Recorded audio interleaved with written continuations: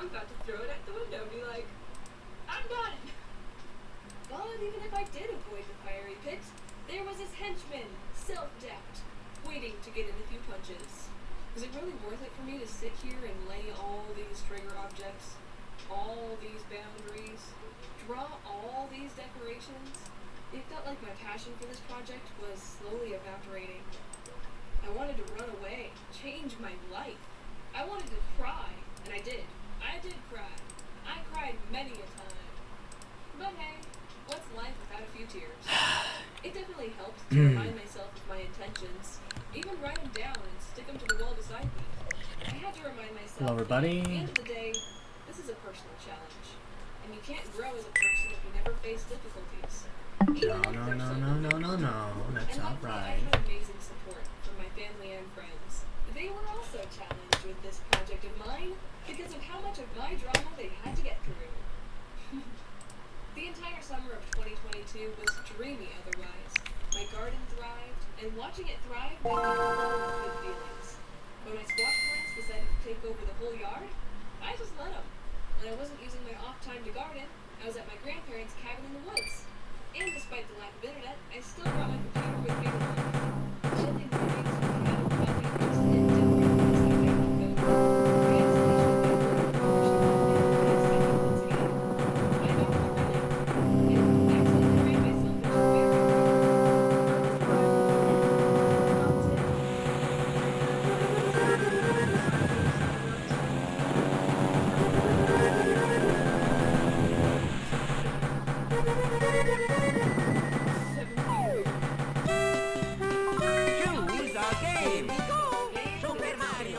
I didn't expect after all this time of working on a game about a robot bear, I'd face a real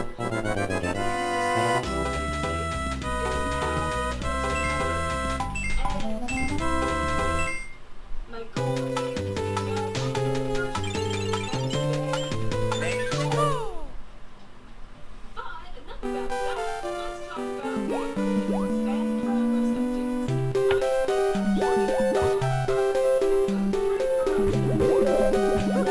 Okay, we have 3-1.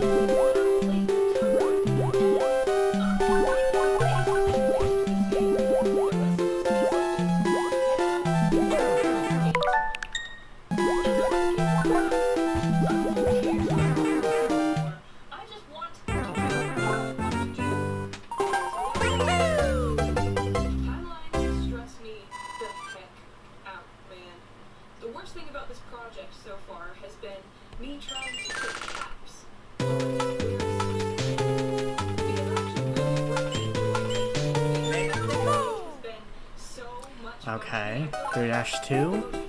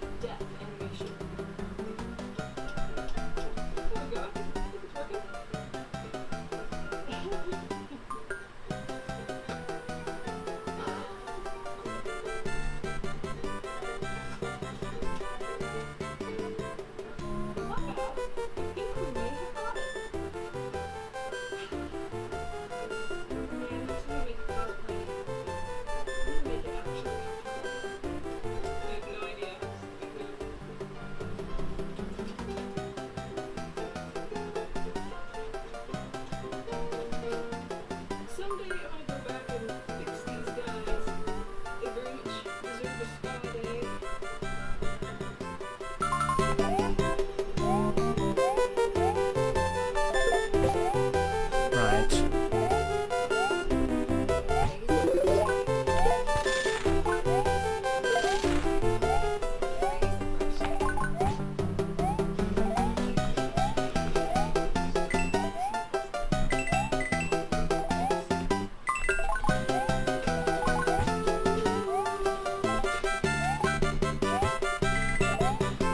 Right.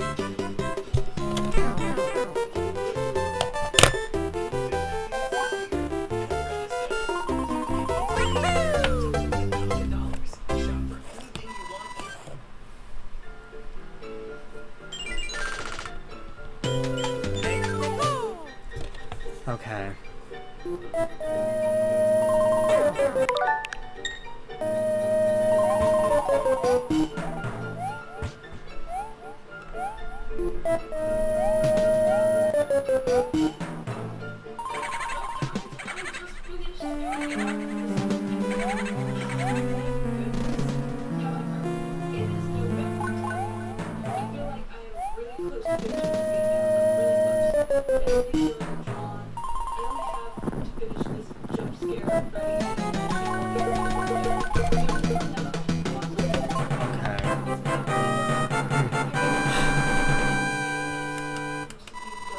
It is so close to being done. There's like very few things that need to be finished. Mainly it's just work. Through the game, I'm going to get the most people will probably get. See how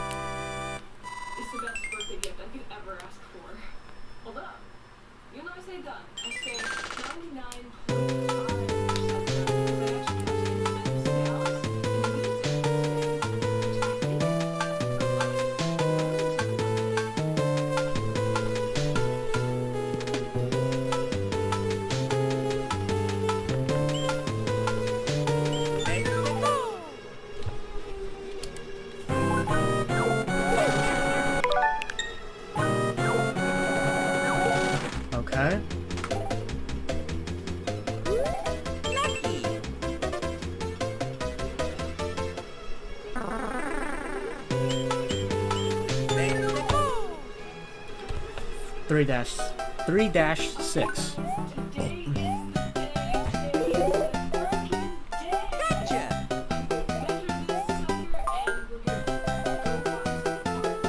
10 minutes ago, I just finished the last piece of art for the arcade cabinet. So basically, all of it's done now. Praise the Lord. I got the two-side arts. I got the marquee, the bevel, which goes around the screen, and the control panel art.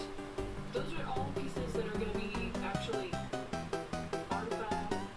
The front right here, there's not going to be anything on it because that would be taking the extra measure, and I don't think it's really necessary. A lot of arcade cabinets don't have anything very close.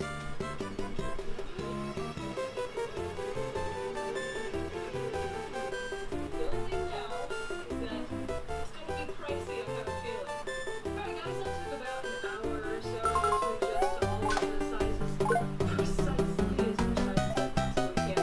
Control Okay. the most nerve-wracking because I decided to make select places for all the buttons on the floor. So hopefully it lines up at least okay. Signs.com, not sponsored at all. Because it cost me a whopping $400. I'm gonna go platinum. I am going to 6-foot-long vinyl decals plus 2 posters and a backlit marquee plastic thing. So yes, understandable. The arcade cabinet is going to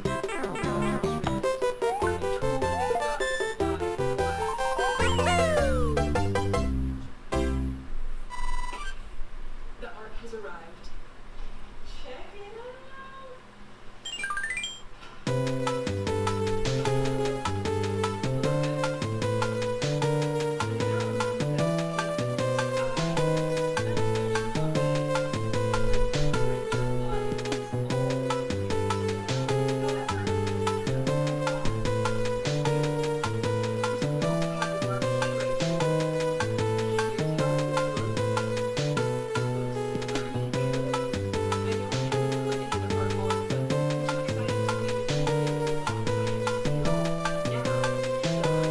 What? What do you want?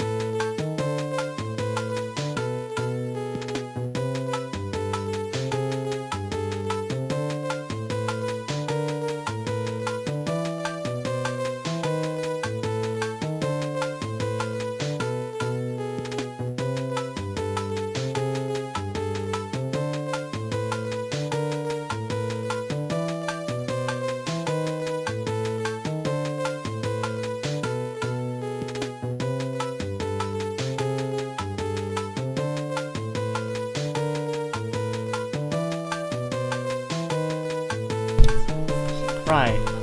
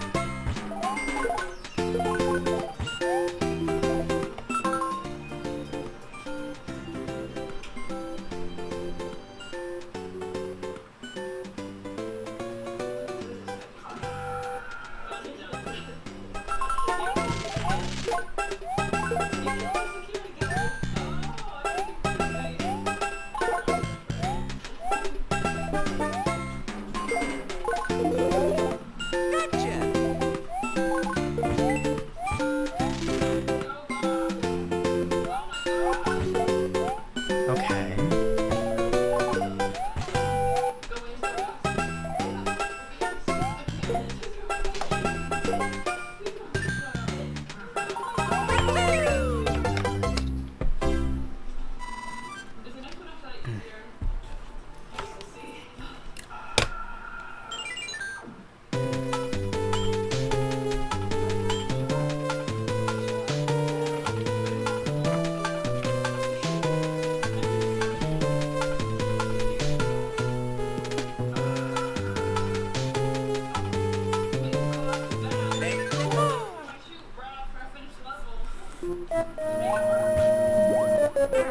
Okay. 3 Fortress.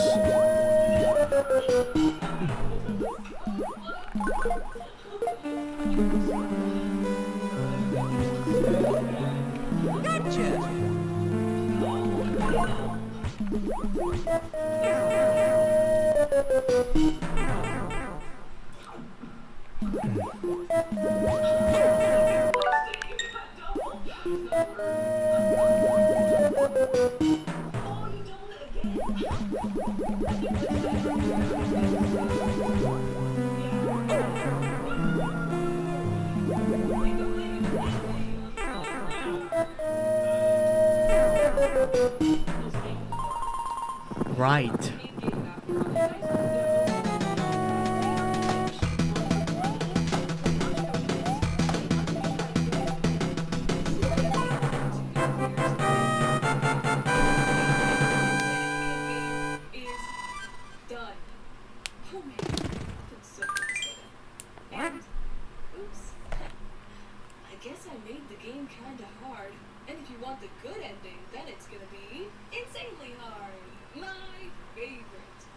Especially when I'm not obligated to play it for you all. Nope, instead you can play it for yourself. Check the pinned comment or the description for a link to a free download. And please, enjoy. Keep in mind, I'm a noob at game design, so...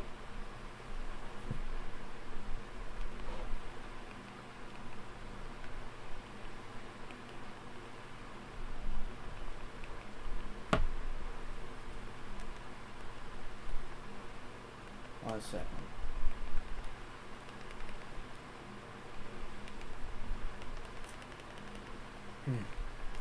I've been looking for a long time.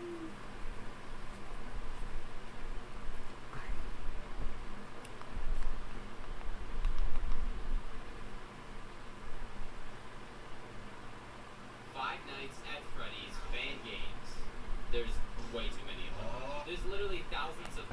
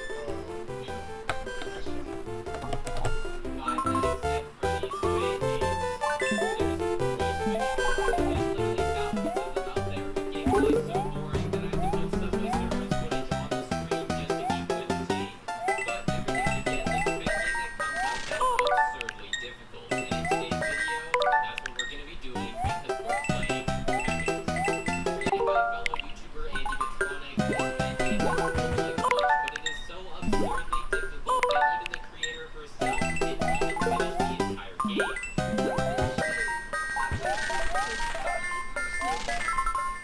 beat the hardest endings. So that's not what it is. Much to the dismay of every single person in the world, I have somehow been granted access to extremely difficult games, and I'm totally not playing this because I don't have an idea for sister location. That's totally nuts. So one of the rules for this challenge is, beat the game. But in all seriousness, this game has 8 different endings, and in order to be deemed legally insane, I need to beat all 8. So that's what I'm doing. And finally, 3-9. starts with a massive shout out to these three absolute legends. Nova, Omega, X, and Torch 1. I found the three in the Mechanism Game Jolt page, and we created a Discord group chat to work together to find every single ending. This video Oh. would have been possible without their absolute massive support. And basically all I have to say is get into this video. What I needed.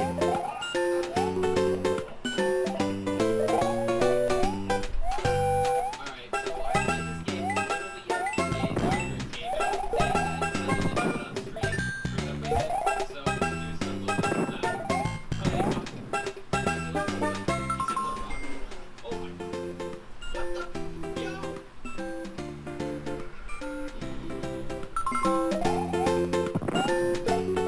got killed by Link in my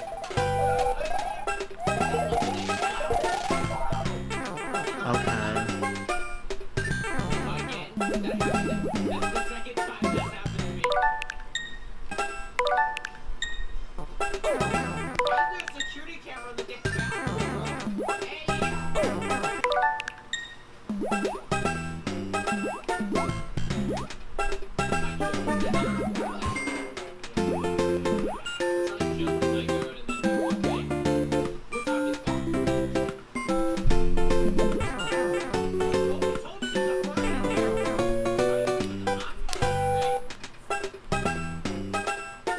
Right. Boom, free Michael Jackson. But he doesn't even know where I am, bro. You know where I am,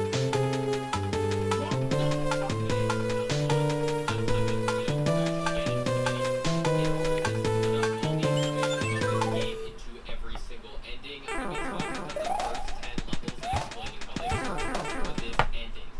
And for every new ending, we'll be explaining some of those levels and the requirements to get each ending. As you progress on, we'll be putting every single ending into a tier list based on how they're Okay. so with that said, let's start a new game.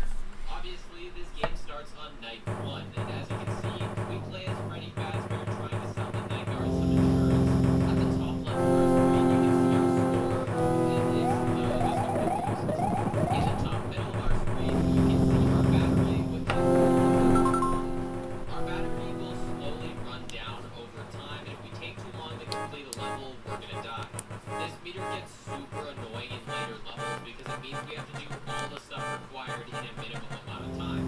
And finally, at the top right, we have our gears. These gears act as both Freddy's ammunition for shooting and killing enemies, and it also acts as Freddy's health. So if we shoot a gear, we're gonna lose 1, and if we take the damage, we're also gonna lose 1. Then you can guess what happens if we take damage when we have our gears. And that is literally it. We are just exploring all these levels, trying to find the night guards so we can kill him. So, why is this game even fun? Well, I'll tell you. We lose all of our gears and die regardless of the level we're on. We'll always get reset at the very beginning of the game. So if we die on something like level 1, that's fine. We're gonna restart. But if we die like 2 seconds away from getting the ending, we will die. So now we have to do the entire thing all over again. But without getting too much Okay. how much I started to hate this game, let's get to the next. Here's the map layout for level 1. For anybody wondering what those pink points are, the two we'll run into, I literally pulled this picture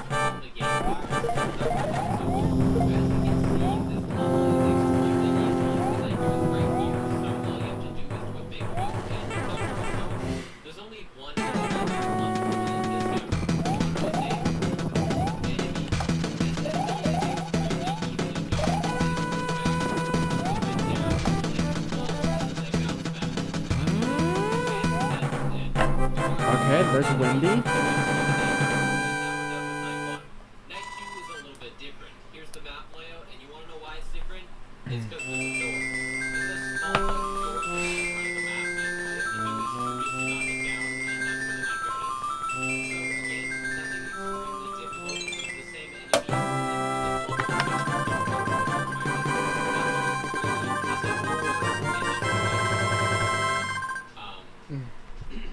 This switch is used to turn off the power to the door so we can go jump scare the night guard. It's hidden in this bathroom, so we can just get pizza boxes to actually flip the switch. Alright. And in addition to that, we can introduce another enemy. This is what Huggy looks like. This is what Huggy looks like when they're fucking dead. This enemy literally just acts the same way as the first one, except for it's a little bit slower and it takes a few moves to kill instead of one. So in pretty much all my runs, since Huggy has such BB and B, I'm pretty much always going faster. And again, that's basically it with this knife. I'm making it sound very difficult, but that's because this is level 3 and I can't. Level 4 is very similar to level 3. We flip the switch and turn off the power to a door so we can go to the night guard. But the level just being way bigger, we get introduced to one of our final enemies. Okay. The enemy we're fighting is 4-1. right now. It's known in the game as SNES. And I can say with this enemy is one of my least favorite things in the game. This enemy only has 1 health, so that's not a problem. The problem is they can literally move in any of the 4 directions whenever they want. So we either need some godly fix to get past them, or we can just use up one of our gears to shoot them right in their stupid face. With level 4 done, we're on to level 5, which is where the game starts to get really hard. In this game, we get to meet everyone's favorite villain, William Afton. Just what I needed. We get to enemy A, enemy B, or enemy H, and E. And an enemy in the game that takes 5 hits to kill, as well as having the ability to react. And also, to make matters worse, in the non-passive version of the game, you can even able to move faster with you. Looking at the map, purple guy spawns right here, and the night guard's right here. So I literally need to get rid of the base of the night guard. So how am I going to do that? Obviously, I can kill him, but I just don't have enough skills for that to be a viable strategy. So instead of trying to kill him, I'm going to walk into that room and wait for him to start chasing me. And once he does, I'm going to take a look around this part of the map back to where the night guard is. And I should have gotten far enough away from purple guy that he doesn't want to chase us anymore, and now we can just walk to the night guard. With that level completed, we're now to level 6, which is as simple as walking down this hallway, breaking a door, entering this vent.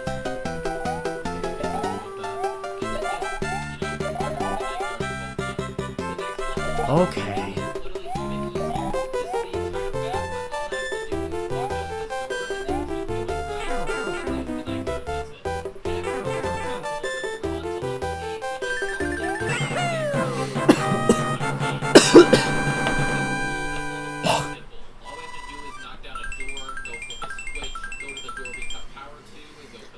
Okay, that was 4. Lucky. Oh. They can still move diagonally, but they die in 2 hits instead of 3, which is also way slower.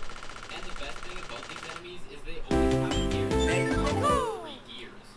That feature becomes a key component of some of the later runs, so these animatronics are very, very important. And that's all for this level. Again,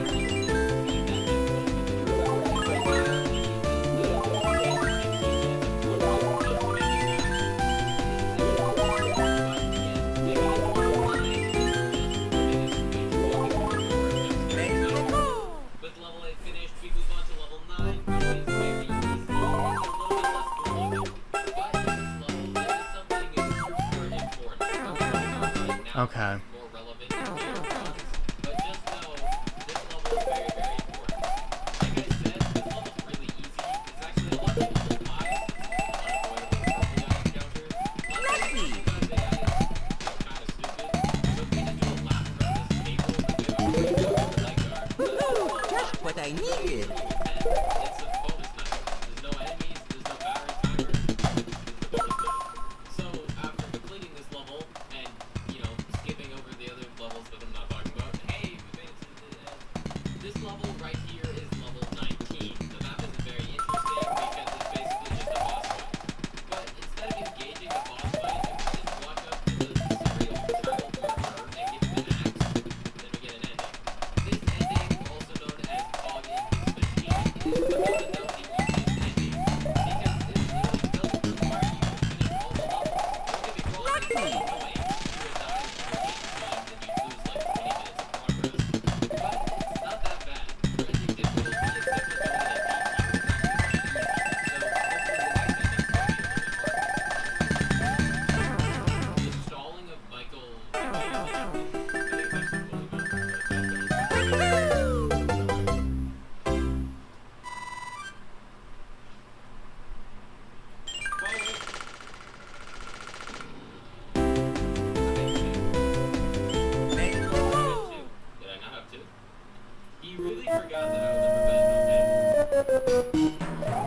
Okay.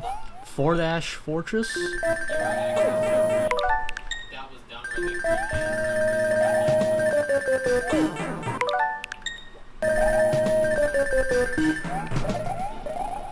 Ooh. My God, come on, man. Let me get in. Let me get.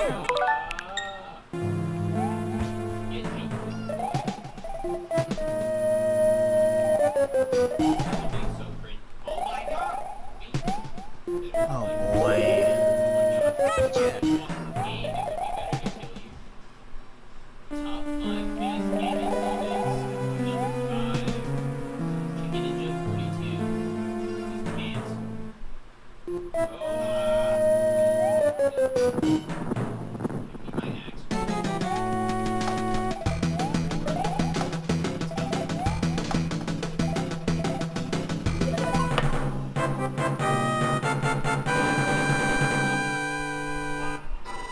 I'm the GOAT.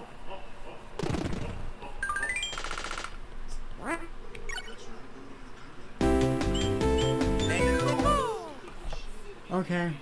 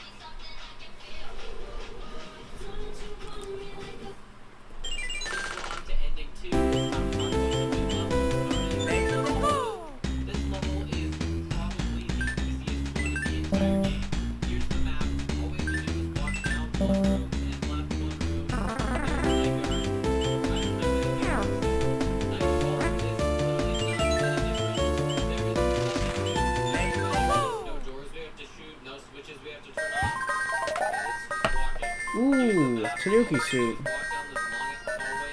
Okay.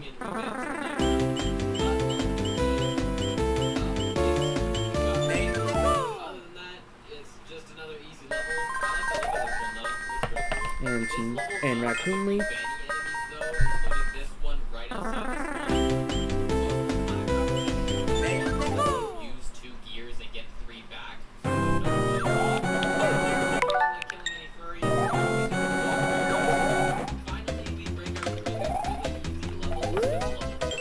We got P-Wing.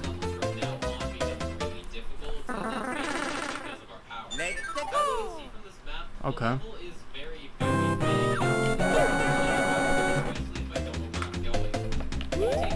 Star? Okay.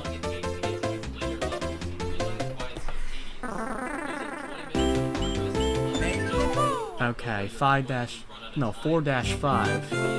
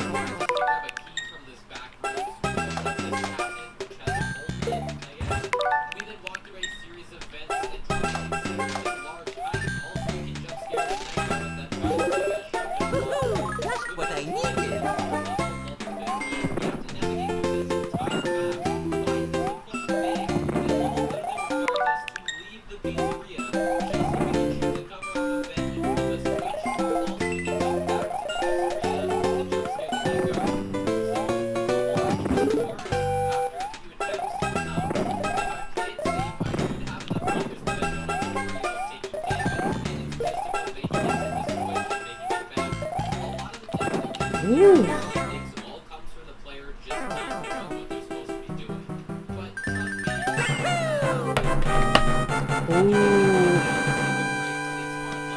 Third panel. Is a bonus level. What in the fuck is that? Okay. Again, it's just a bonus level. There's no way for us to do it. So we just have to choose between getting eaten or seeing a birdie while that it goes. So, and other than that, it's not that interesting and not to level 17. Level 17 is another absolutely massive level. So big that it actually has two floors. Here's floor 1, it's just the basic pizza pit, and then here's floor 2, and it's kind of like this weird underground pizza place. Apart from this being a big level, this one requires us to do only one thing, and that's Okay.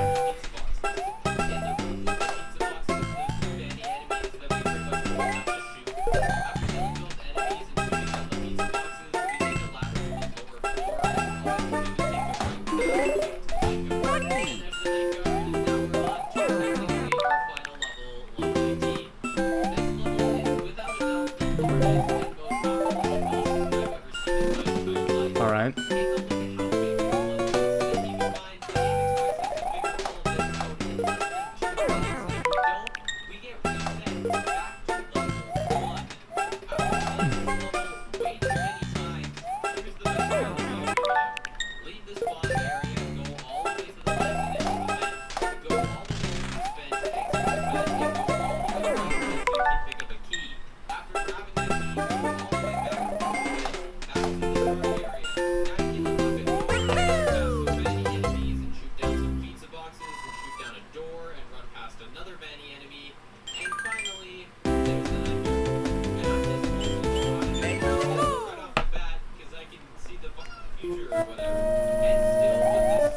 Fortress. It's gonna take us almost 2 minutes. And once we've completed this level, we're now on to level 19, and I can finally explain the Springtrap boss battle you saw in Ending 1. Level 19, as you saw, is our final boss fight against Michael Jackson.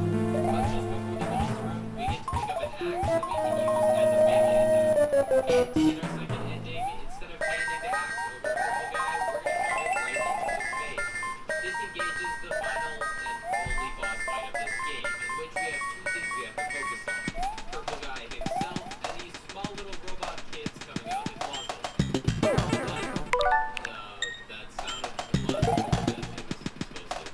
The robot kids I was talking about are knownly game titles as Biddy-Babs.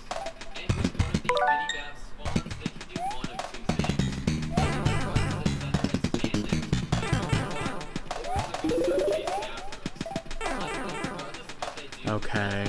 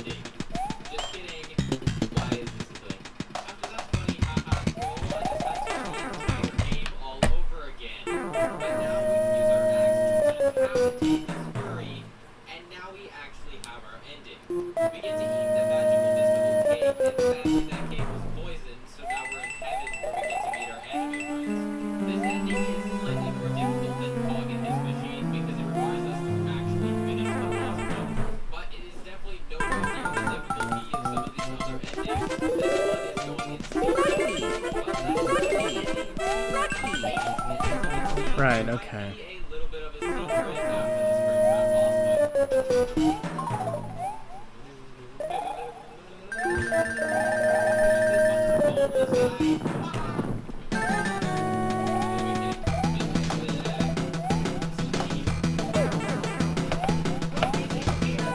Okay.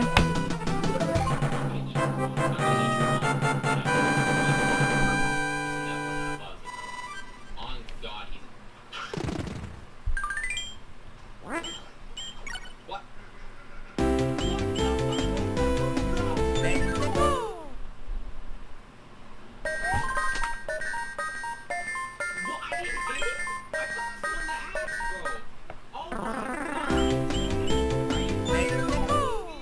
Right. Dead kid. Donkey Kong Jr.'s in this game? What the hell? There we go. Cake! I love cake!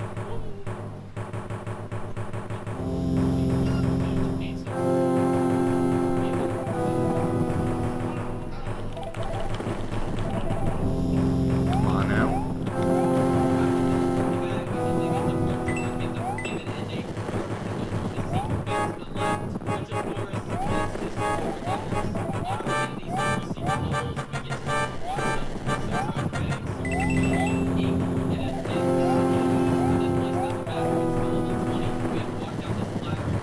Right, okay.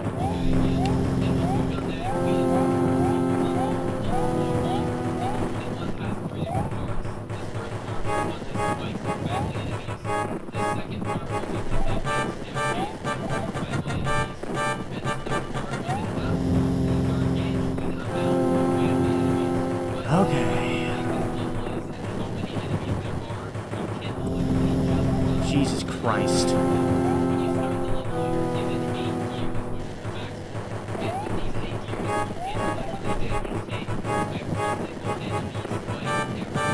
There's just so much stuff, you know?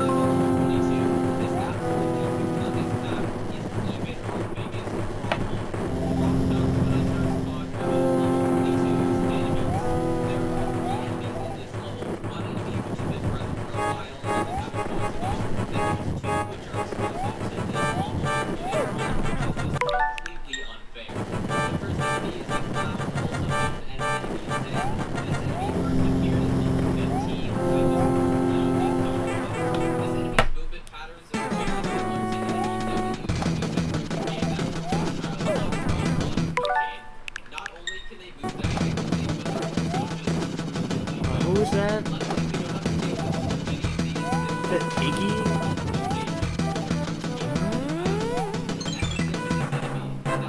Okay, that's World 4.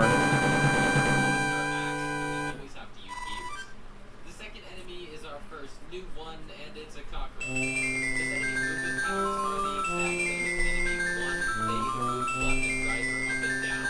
The only difference here is it's a goddamn cockroach, so it's basically indestructible.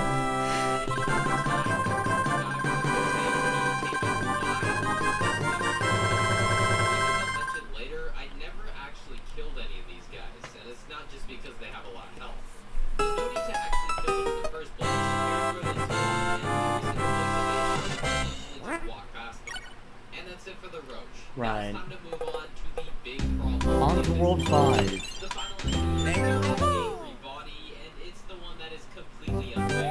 Not only does the enemy have 2 points, Just what I needed. but they also have infinite health. We need to make sure that this enemy is completely broken. If everybody comes in contact with the player at all, your game will immediately end. Regardless if you have 1 year left or you have a max of 5 years, you're always going to die if this enemy touches you. And just to add on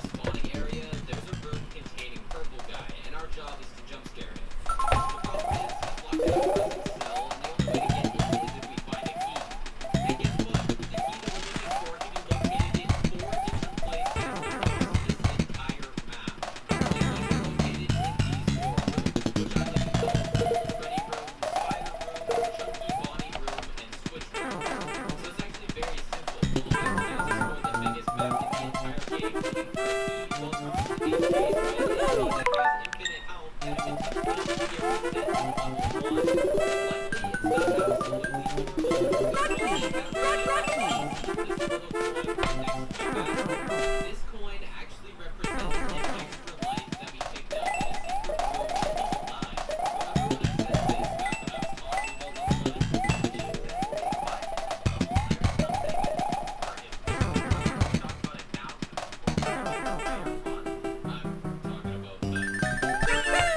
is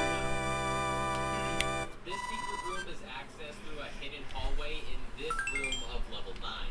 If you walk in between these two benches, it'll take you to the secret room and you can grab the extra life. Fun fact, in the original version of this game, this room was actually very, very secret. But in the newest version of this game, the creator just completely gave up on keeping the room secret and literally made you go to it.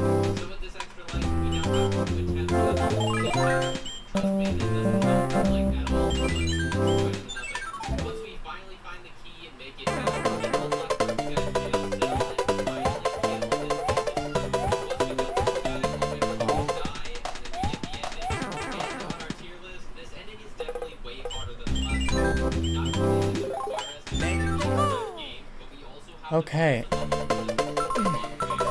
5-3.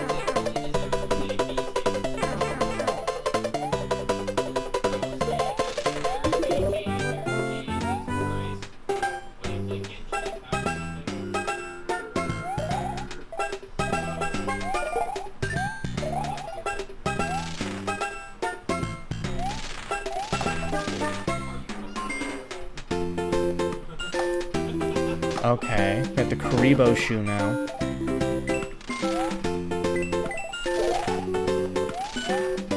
Now we don't have the Karibo shoe.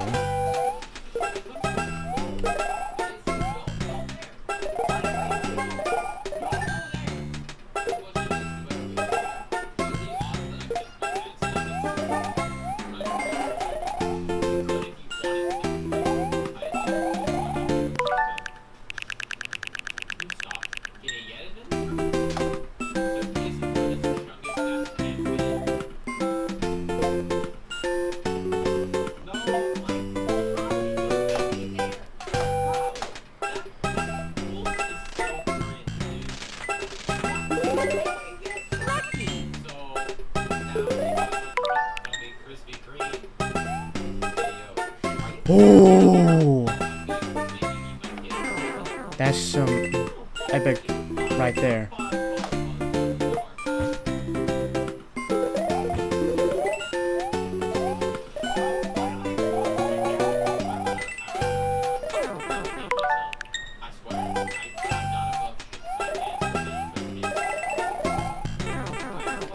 Okay.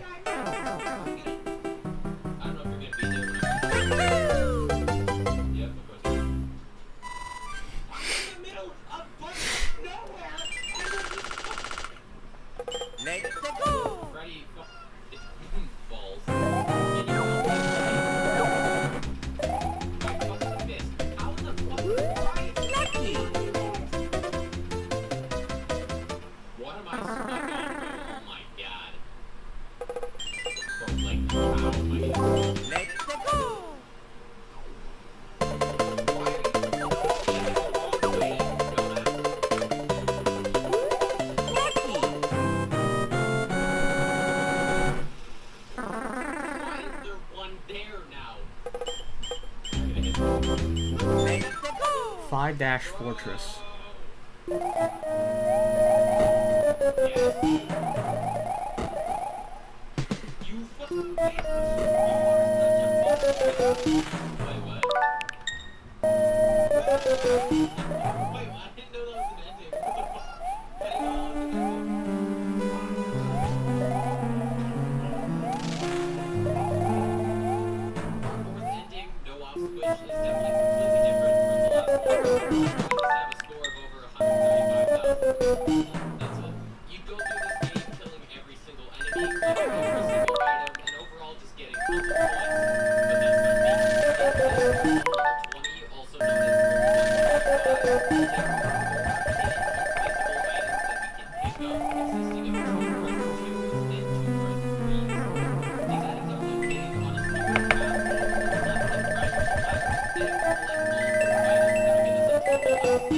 What? The best thing about this is these items come with the fruit, so by the end of the we're gonna be able to pick these up again and get another 7,000 points. And just to make all of this absolutely perfect, level 20 is actually a bonus night, meaning we have no battery timer, meaning we can do this for as long as we want. The funniest thing about this is, I'm guessing Andy took this into the game so she can play test this ending, and she either just didn't take it out or didn't think anybody was gonna find it. So now what was supposed to be a somewhat difficult ending requiring us getting really, really high score is now just the exact same mechanism ending, but with a little bit of point farming in between.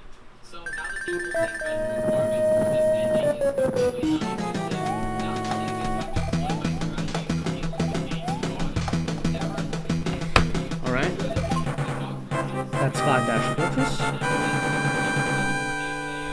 The cockroaches are pretty self-explanatory. Like I said earlier, I never actually killed any of them. And this is because the cockroaches actually have a physical hitbox, meaning if angry body's chasing after us, there is a chance for him to just get stuck on a cockroach that's doing angry. 5-tower. This obviously doesn't happen a lot, but if we keep all the cockroaches alive, there is a chance for this to happen. The second thing was gear stunning. As you know, angry body cannot be killed, he has infinite health.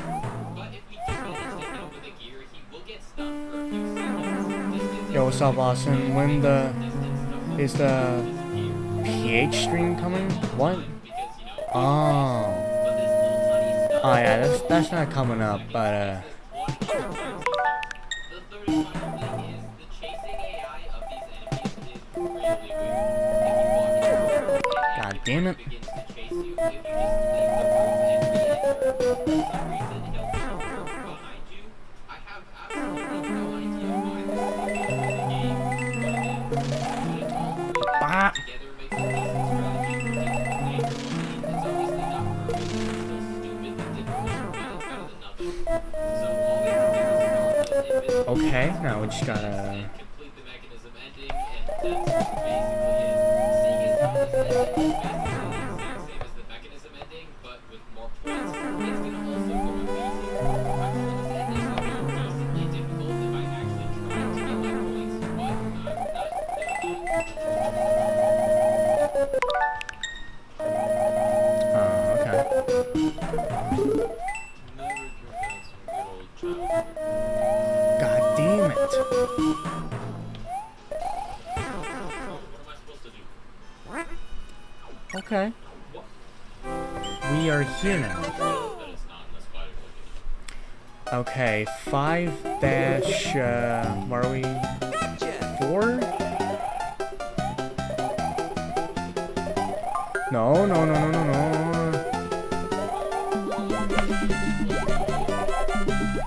Come on!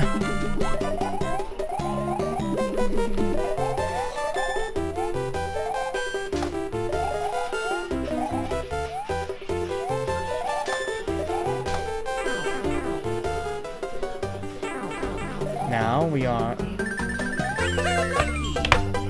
Amazon. This place is bigger than I thought. 5-5. I see her at the museum showing focus on traditional. Alright, so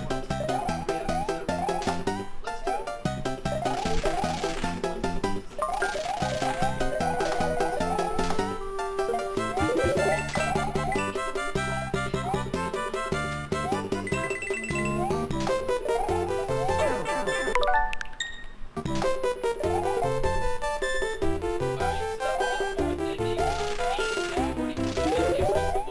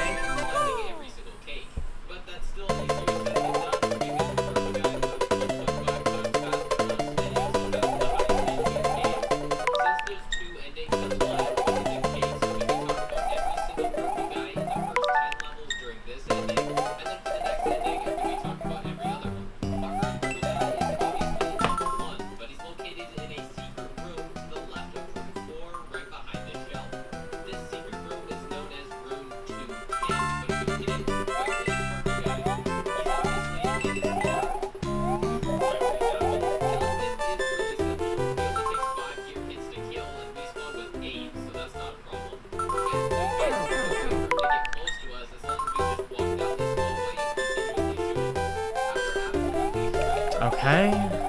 Ooh.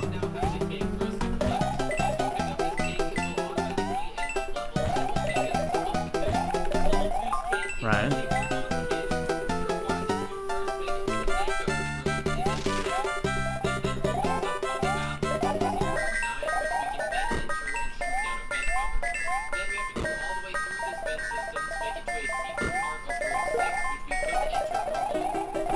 Right.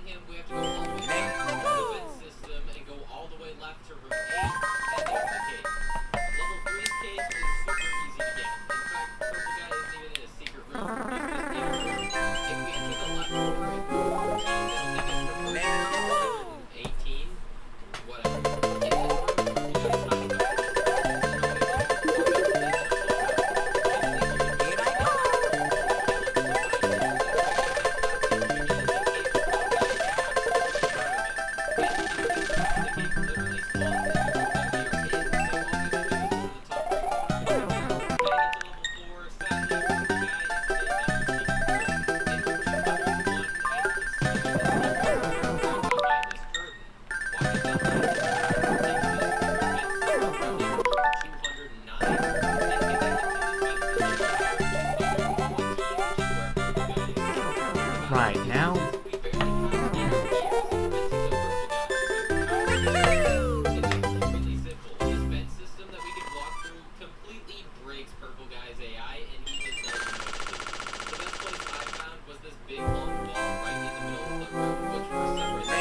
That's 5-7.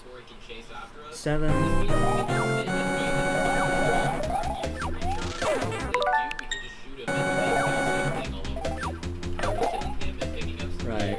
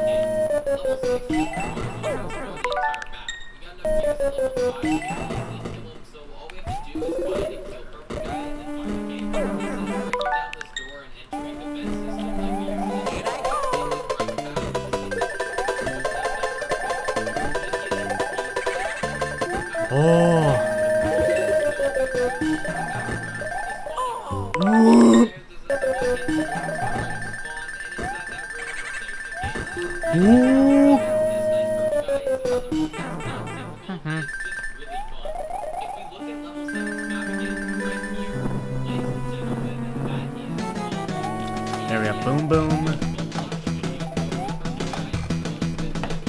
And that's 5-Fortress.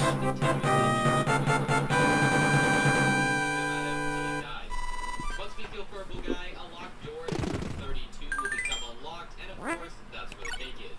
Level 8 is another level 5-8. some random room, and all we have to do is kill him. In this case, he's standing in a small hallway to the right of the big room with a many enemies. And you're wondering how of course we can kill the many enemies before doing anything else. Once purple guy is dead, all we have to do is go back to the switch. There's the game right there on the table. That's the table. And it's time for level 9. Level 9 is probably tied to level 5 for being the easiest purple guy kill because again, purple guy is literally unavoidable. By doing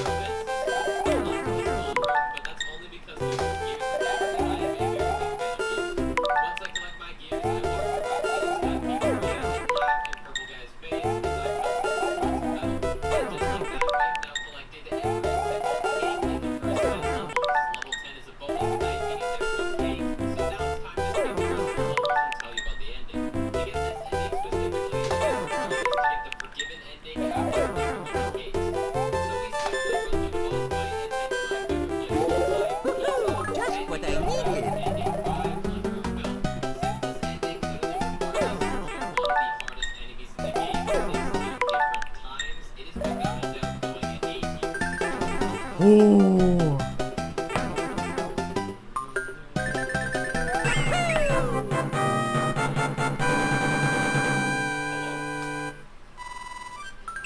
Hello?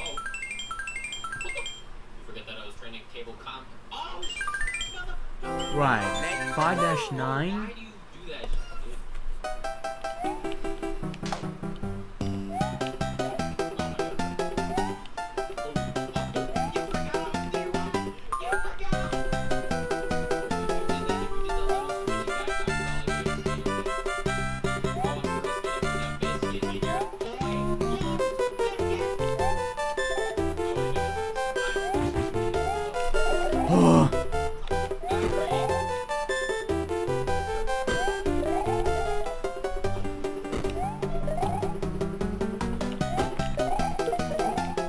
Woo!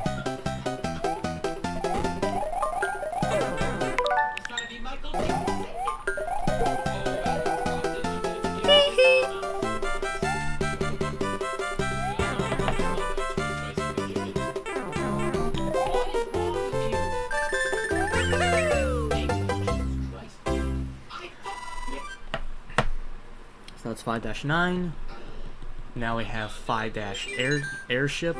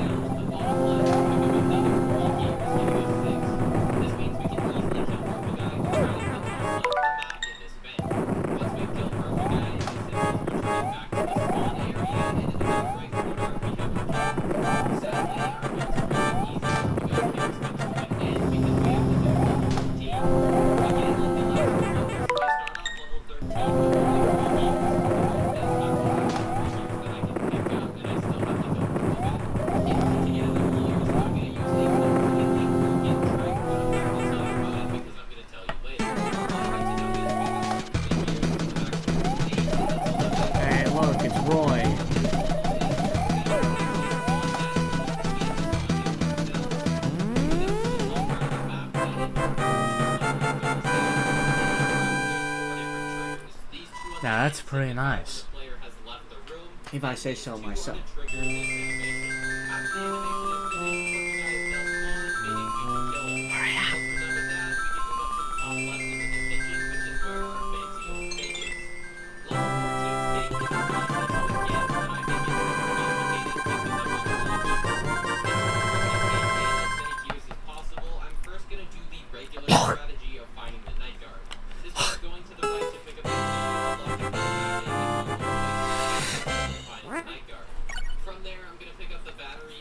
Okay, that's World 5. Now on to World 6. 6-1. So I'm gonna take this opportunity to kill him while I still have his gear. And once he's done that, I'm gonna go back through the bits and collect the gear. Just what I needed. All the way through the vents, I'm gonna jump out early and go through this hole. This hole leads to the kitchen, and then through the big stove is in the kitchen, and that's where I live. After that super complex level, again, apologize, it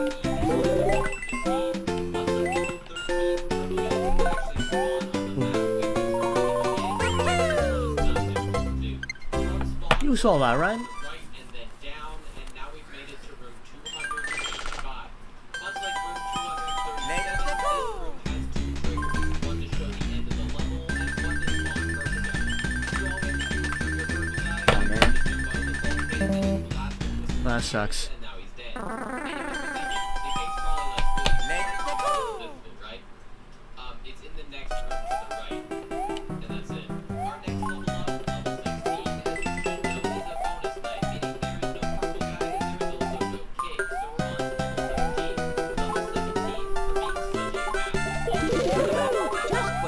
My God.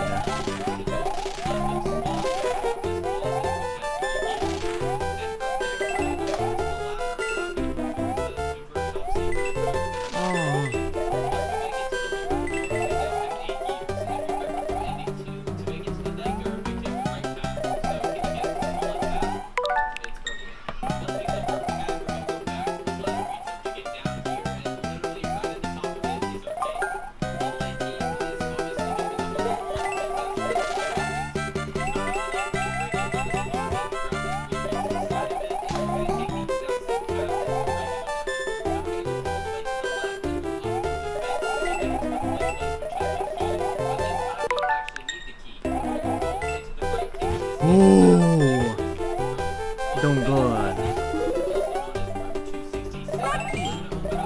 Gotcha.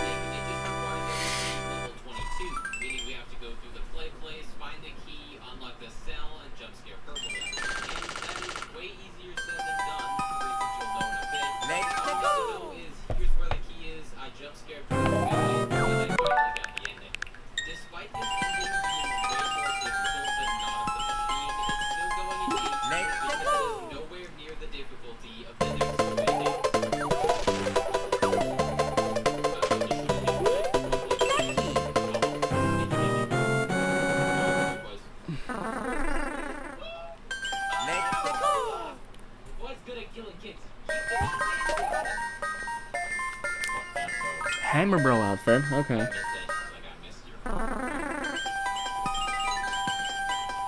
I don't need these clouds.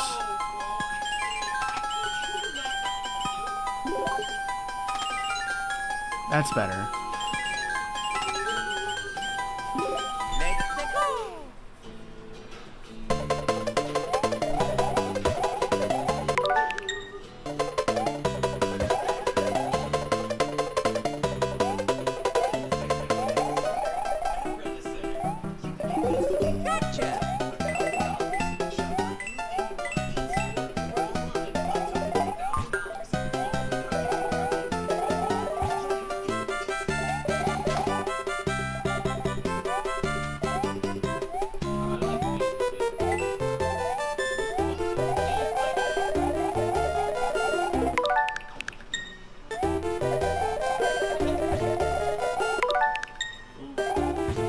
Oh.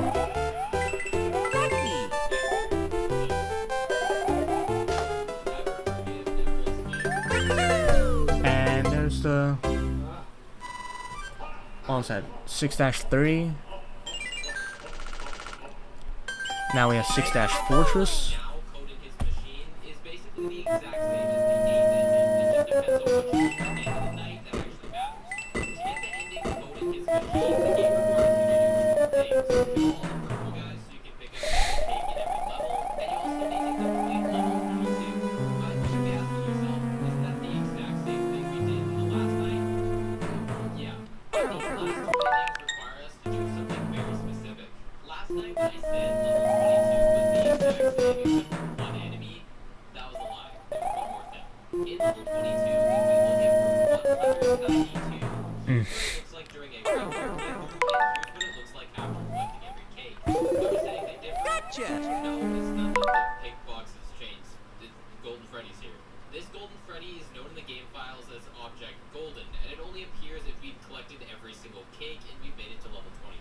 When the player comes in contact with golden, it acts as an item and will be collected, and now the player is known as a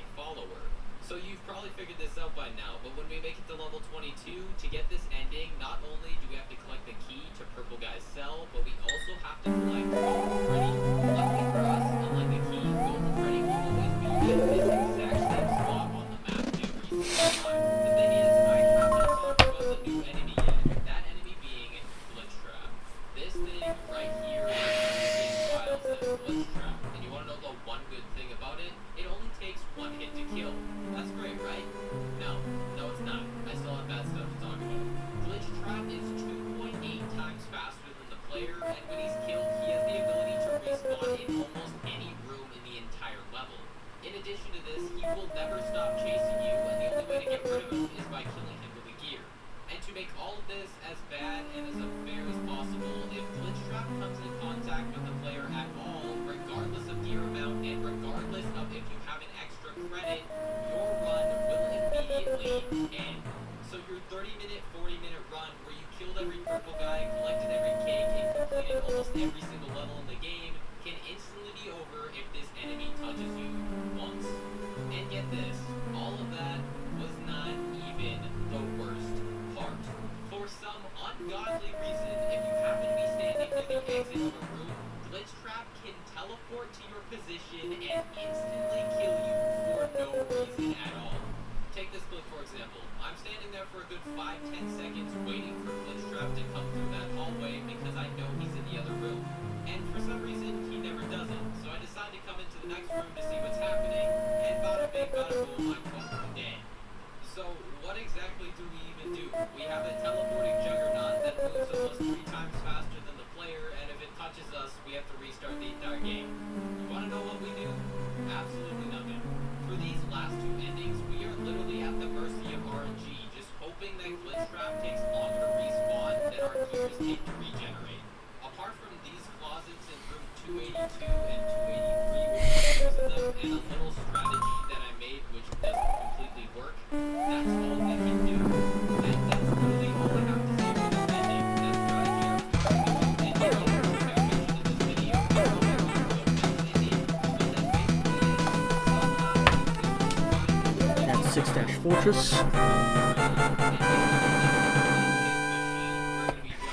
purple guy, and finally, there we go. I don't even think I need to be talking about this. For being completely unfair and virtually impossible, this ending is without a doubt going in S tier. Let's go! Don't do this thing. You did the thing.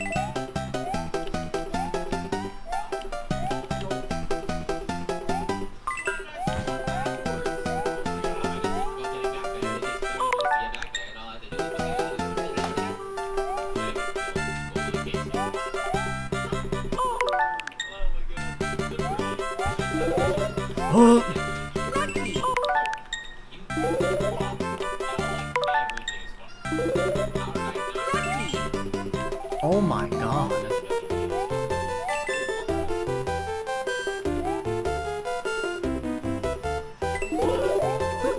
Just what I needed.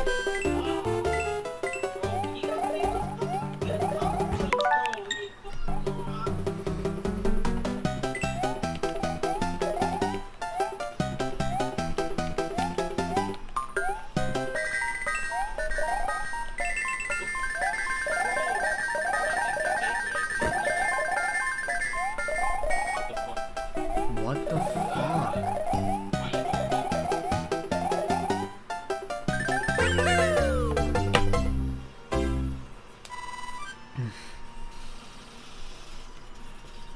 That is so unfair. Are you? Let's go! Your fate lies on your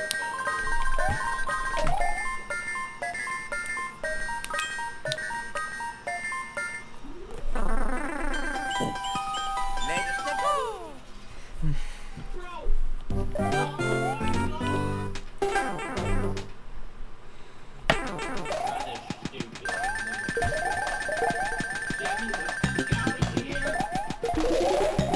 Gotcha!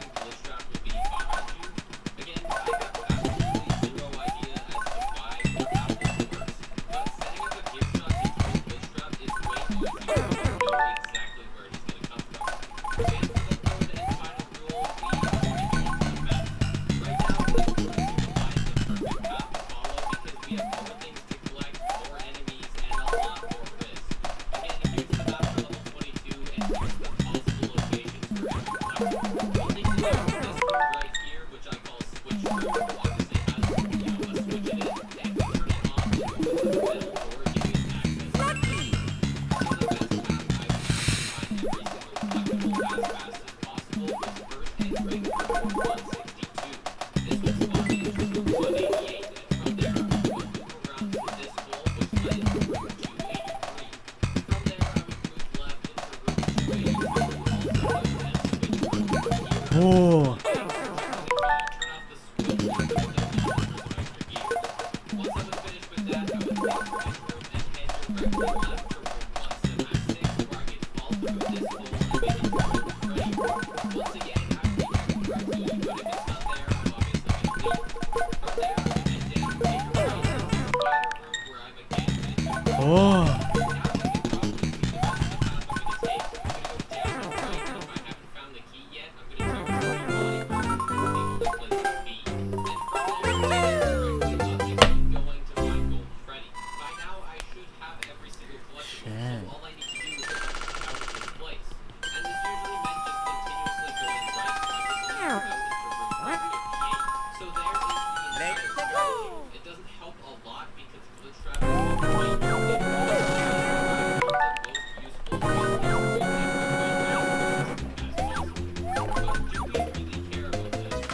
this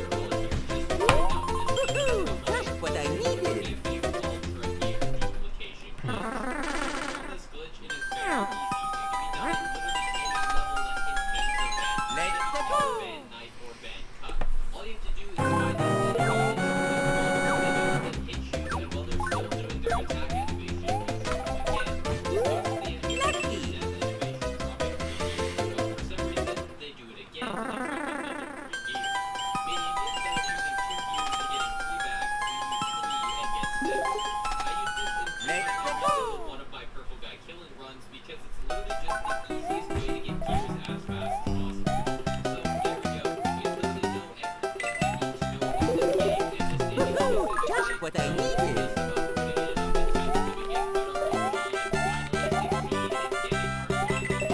After collecting my well-deserved key and gaining the powers of Freddy, you can see how the guys still walk right past him and shoot through my goals to win. And there we go. We now have the final ending of this game. Happiest day. Again, like the last ending, I feel like I don't even need to explain myself. These 2 endings are basically the exact same, and they're stupidly difficult. So this ending is most definitely getting an FC.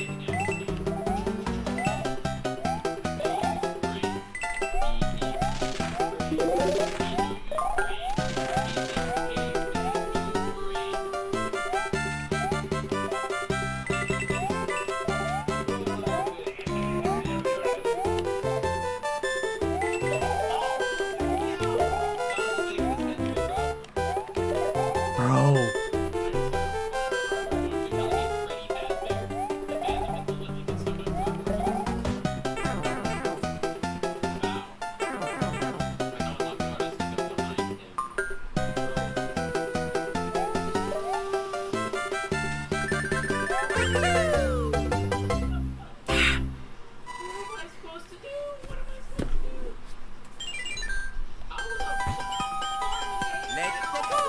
6 Fortress.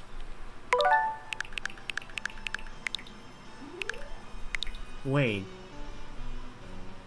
I just beat 6-7.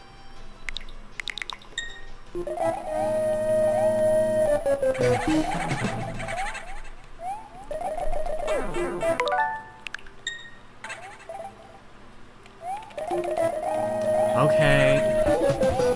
Gotcha.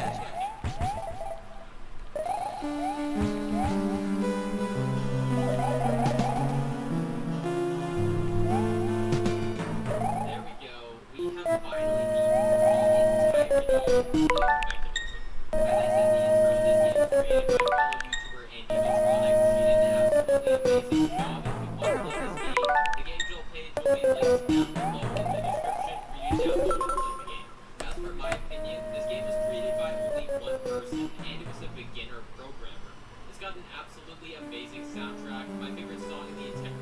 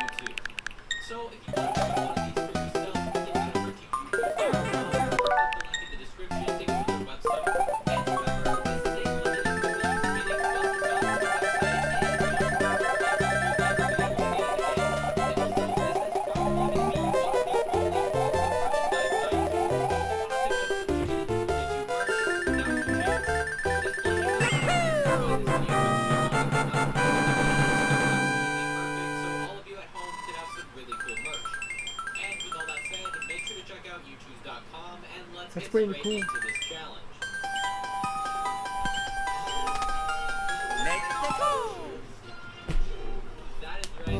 Six dash 9.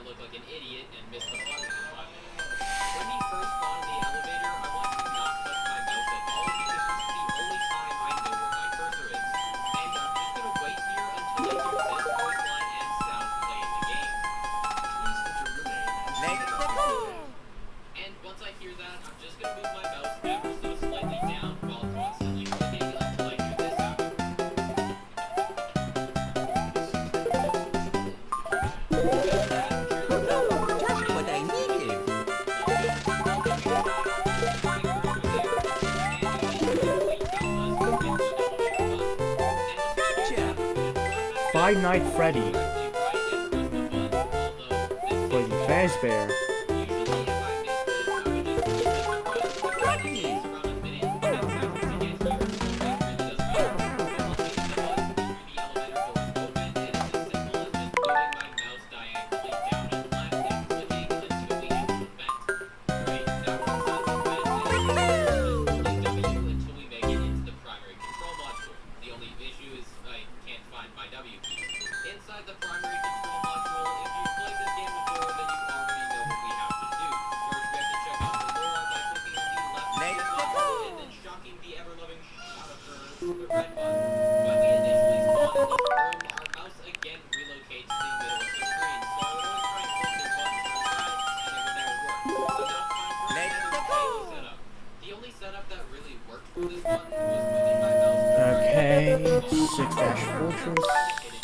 the front of the screen are the only spots we can move to, so we know exactly where our mouse is. Although the issue with this setup is diagonal is really hard to pull off. Trust me, I know. Not to brag, but I've been doing this for way longer than I should have. Just what I needed. If we manage to actually hit the button, there's something extremely important that happens. Our mouse freezes. Our mouse is not the animation, meaning hitting the red button is extremely easy. We just have to move our mouse down. There we go. Finish this segment.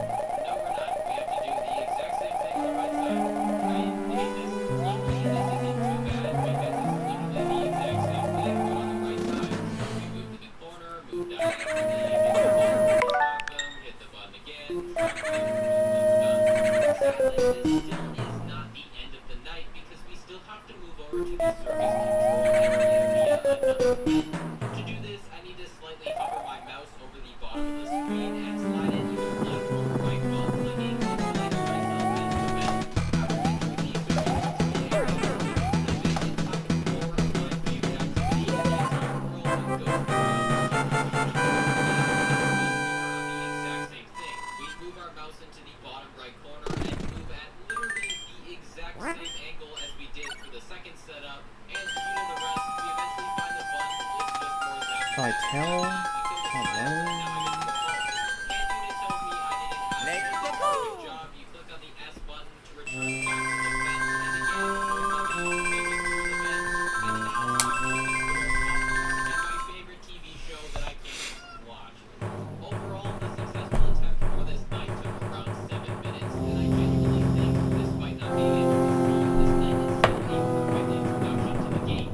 It got me accustomed to just being blindfolded in the first place, creating favorite setups and being okay with it, and most importantly, stabilizing my mouse. Just to let you know, my microphone in all of this detective footage is absolutely garbage. For some reason, I decided to use my base game microphone instead of my big fancy one, so it sounds bad. And also, in all of my base game recordings, I am wearing the exact same shirt. No, I did not complete this entire challenge in one day. I just did one micro changing in every single piece of footage. And also, yes, I rock.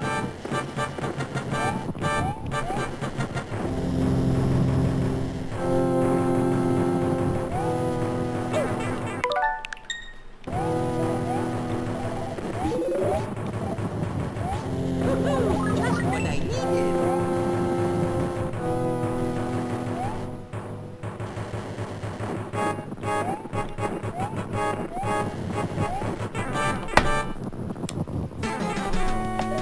Hey, look. It's Lemmy.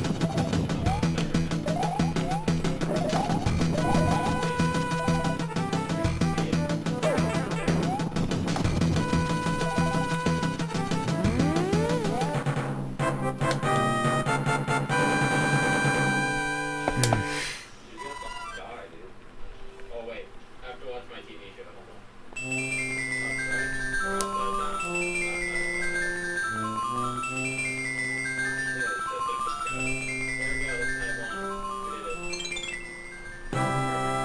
That's World 6. Now it's on to World 7. literally the exact same as night 1 itself. We begin this night in the elevator, then move it to the primary control module to check out the building, and move it to the circus control area to check out Baby.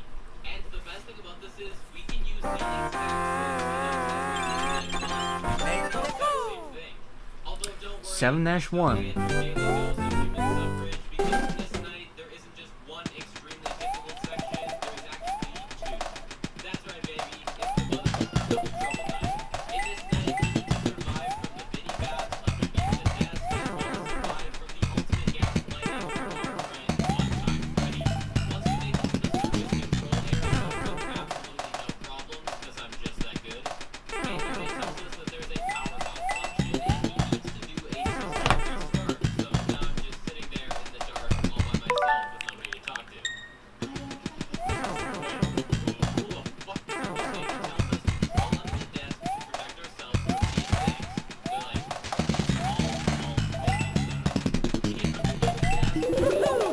What I needed.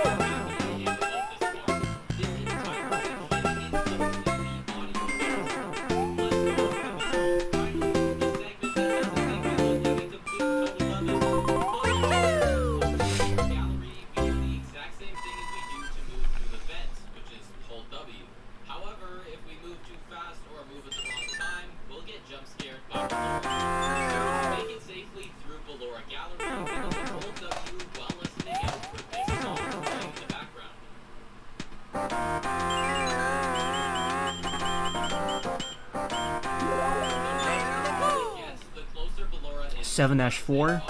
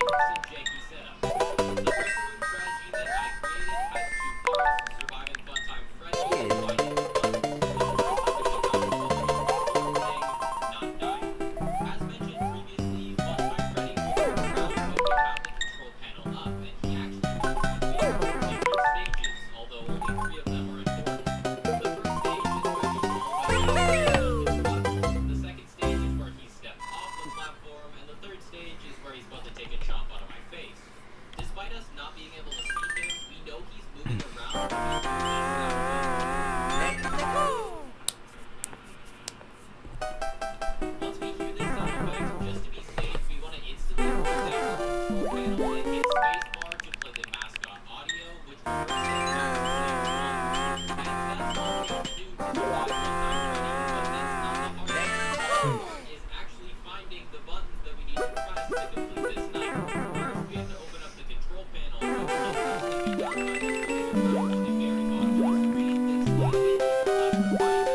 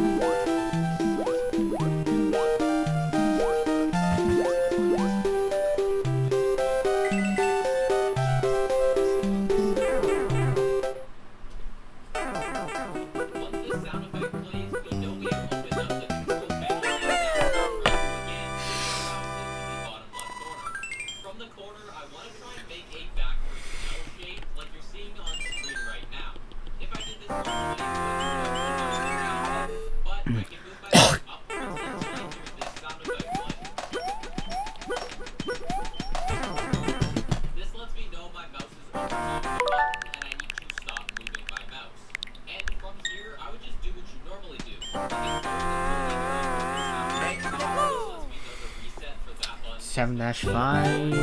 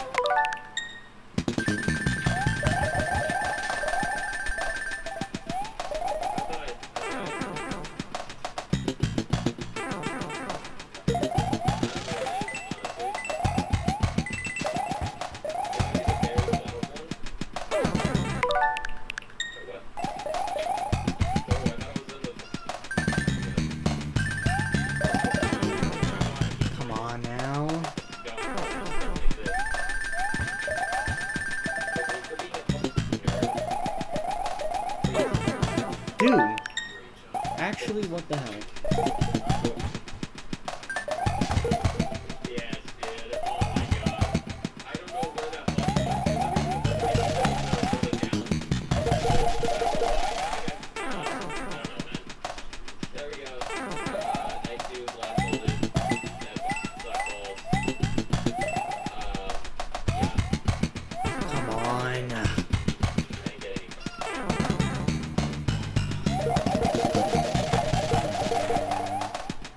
Night 3 starts off in the exact same way as Night 2 and Night 1. We're in an elevator. So, you know the drill. Who's on hand unit, click on the elevator button.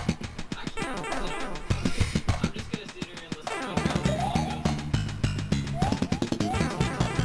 Yeah, no, you can't do that.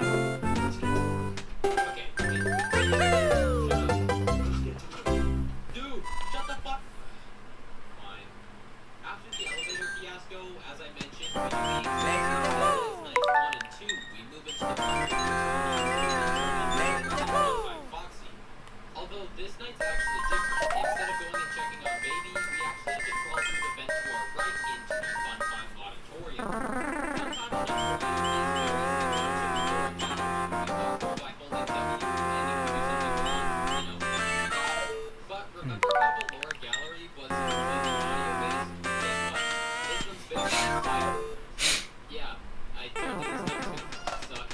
We're told by hand unit that Fun Time Foxy Right. is motion activated, and we need to use every work as possible to make sure he doesn't jump scare us. And to make sure we don't run into him, we use a flash beacon, which is basically just a flashlight. The general idea of this section is to use the flash beacon to see how far away Fun Time Foxy is. If he's close to us, then we just sit there and wait for him to leave, but if he's far away, then we start walking. This sounds pretty easy to do, but just to remind you, I can't see. What I It's needed. not gonna work, but do you want to know what does work? Breaking the game. That's right, baby. Nothing, including a completely written out story, is gonna stop me from breaking this game. For the game to actually spawn Fun Time Foxy, one of two things need to happen. Either we use our flash beacon, which obviously engages Fun Time Foxy, or we hold down our W key and start moving. The flash beacon part isn't important because I never use the flash beacon because I can't see, but what is important is the moving. For the game to register us as moving, our W key needs to be held down for more than a few frames. But what if we don't do this? If we spam our W key to move and ensure that we're only holding it down for a couple frames, Fun Time Foxy doesn't spawn. Yeah, that's right. If we spam our W key instead of holding it down, the game doesn't think we've moved yet, so Fun Time Foxy will never spawn, and we'll have to re-walk all the way to the end of Fun Time Auditorium. So there we go. That's our fun ride. Maybe the hardest part of this night is one of our classic scams. No, it's not. We have to hang out with them. Once we get into the end of Fun Time Auditorium, we enter the I'm trying. we have to complete one of the hardest segments in this entire challenge, deactivating Fun Time Freddy. To do this successfully, we need to click on 7 different buttons, with the final button requiring us to click it in a certain amount of time, and if we don't do that, then the first of these buttons we need to click is located underneath Freddy's right cheek, and those are the cheeks on his super face. Why did I have to let her know that? The second button we need to click is under his left cheek, the third button is right next to Freddy's right eye, and the fourth button is just above Freddy's nose. Clicking all 4 of these buttons in that order will open up the faceplates, allowing us to click on the 5th button, which is located on Freddy's endoskeleton jaw. Once we've done that, Freddy's chest cavity will open up, and we need to remove the power module, which is basically just button 6 because that's what it is. And now it's time for the hard part. We need to find Freddy's hidden puppet named Bon Bon, who can appear in 3 different spots. And once we find him, we need to click the button on his chest, which is actually the secondary power module. Upon doing this, Freddy will be deactivated, so we can leave while giving Freddy a quick slap Oh my on the God. cheeks. And this time, I'm not talking about the ones on his face. But by now, you must be wondering, well, that's how you do it with seeing. How are you gonna do it without? Oh, I think you already know. Janky setups. Just so you know, when I'm talking about these setups, I'm talking about a perfect run. Occasionally, I will get pretty close to this perfect run, but most of the time, I would spend 30 minutes looking for one button. So if I ever miss one of these perfect setups, I would move my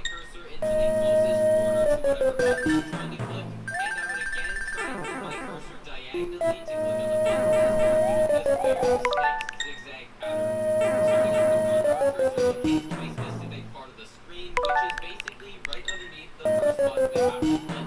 We want to move our cursor in a backwards L shape and constantly click until we hear this sound effect play in the game.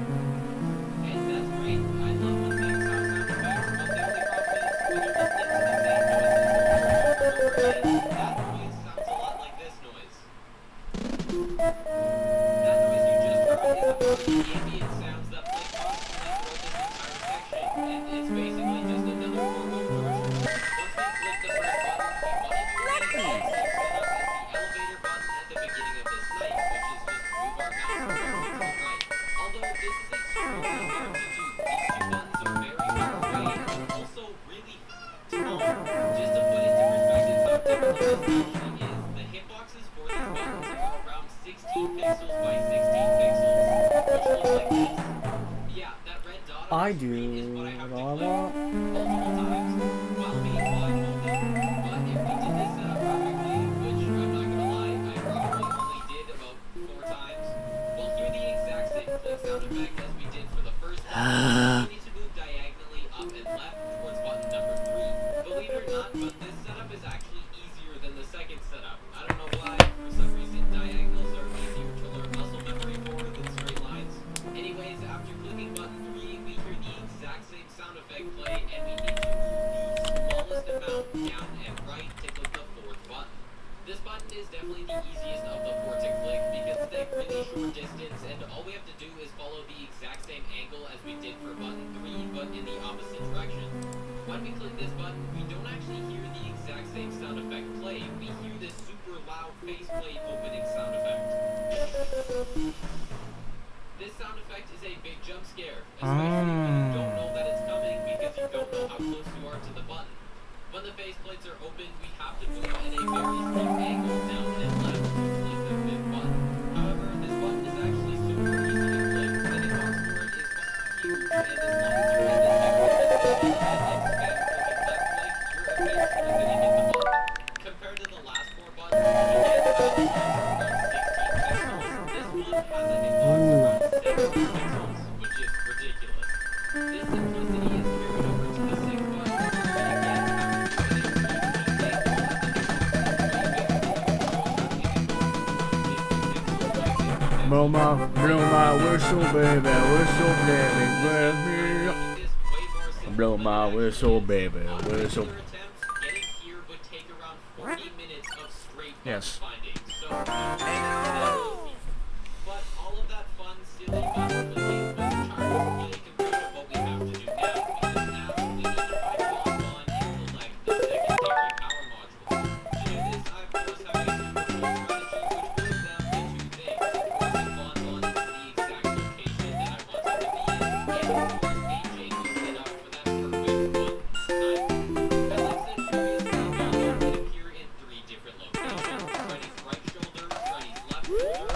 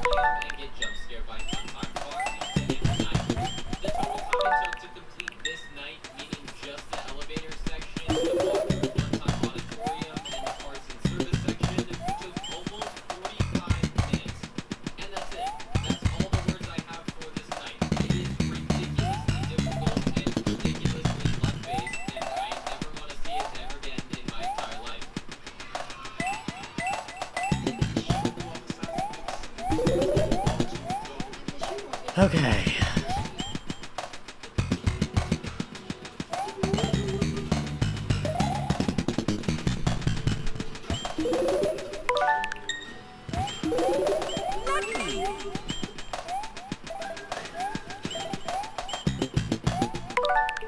How much have you really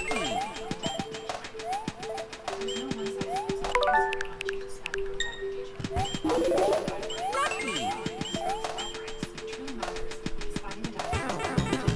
Yes. Yes. Oh my god. We did it.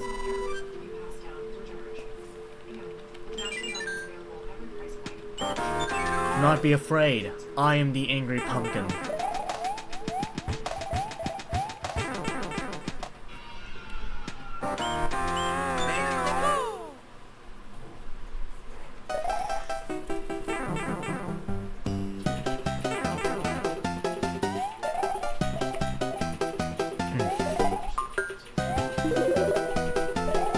Here I go. Here I go.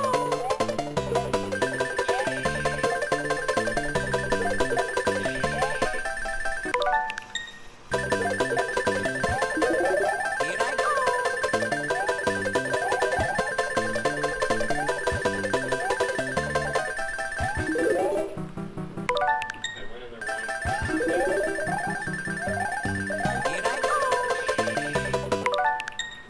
Here I go. Ooh.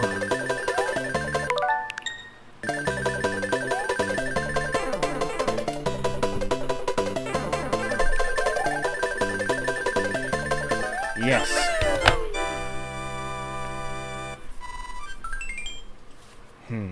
Great.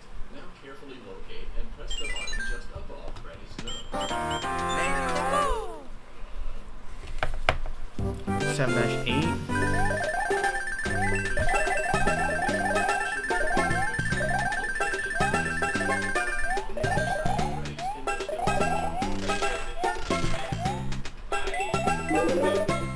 I go.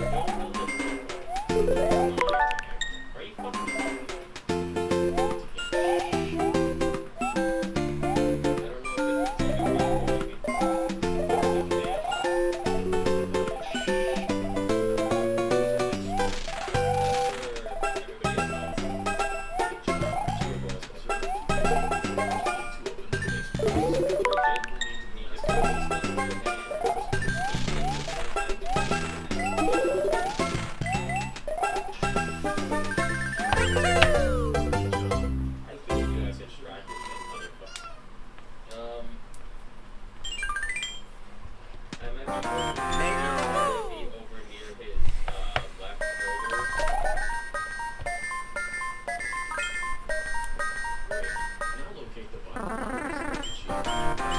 7-9.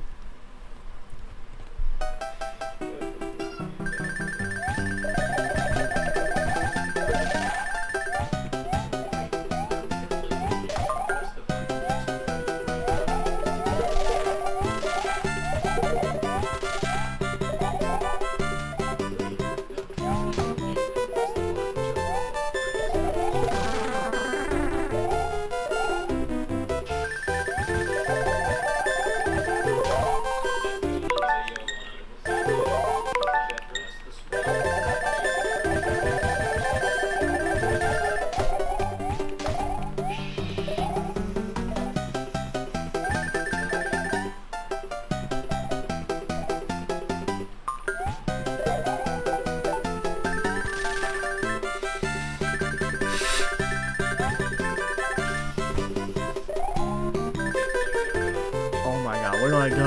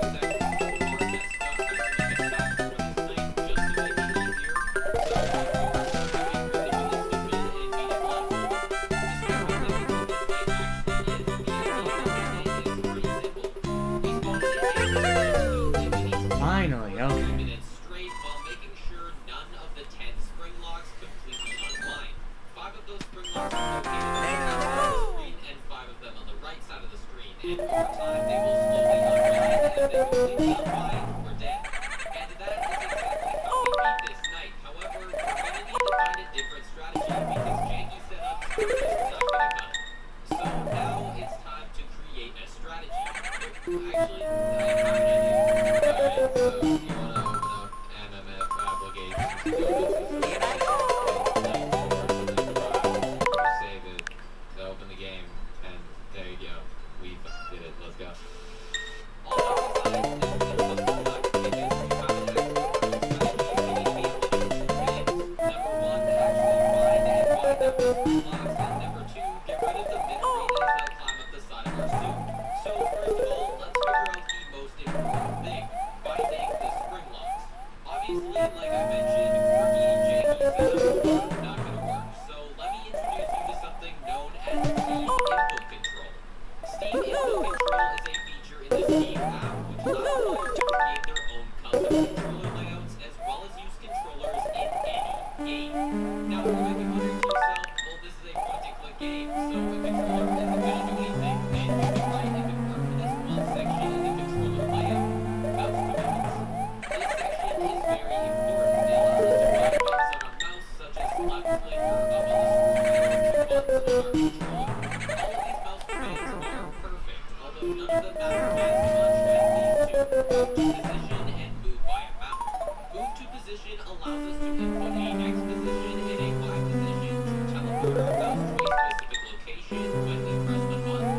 And this is absolutely groundbreaking. However, this does not work in the game. Regardless of what X or Y position we have, our mouse will just teleport into the top left of the screen. So that doesn't work. Which means we are stuck with move by a mouse, which is basically the exact same thing, but instead of teleporting our mouse, it moves our mouse by a specific amount of pixels. All of this sounds great, but what exactly does it mean? Basically, it moves our cursor in the game using buttons on the controller, so we can use the exact same setup as we did previously, but now it's completely removed and limited. And hours of pixel-perfect cursor alignments and show you the ultimate Night 4 controller layout. The first button of this layout is the mouse button, and I have this binded to the left mouse click, and that's for a very specific reason.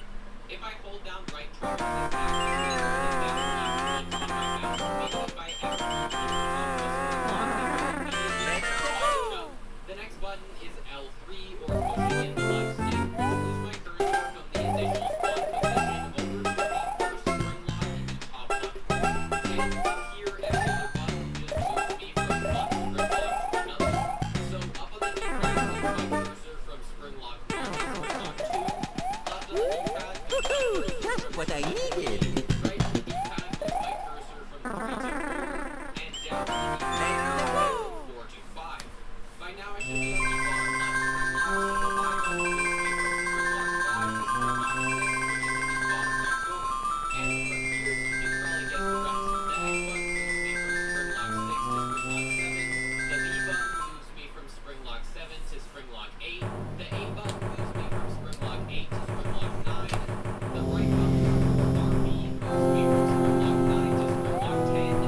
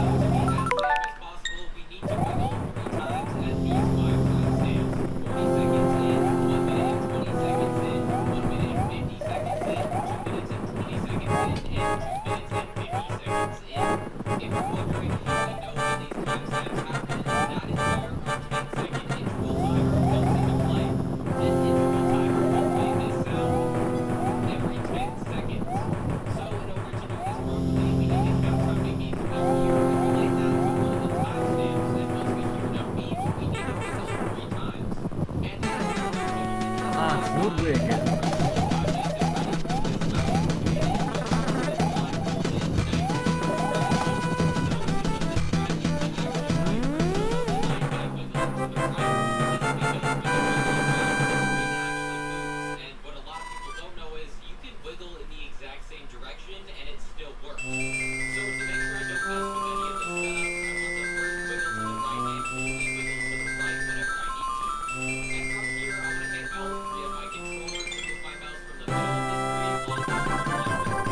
Right.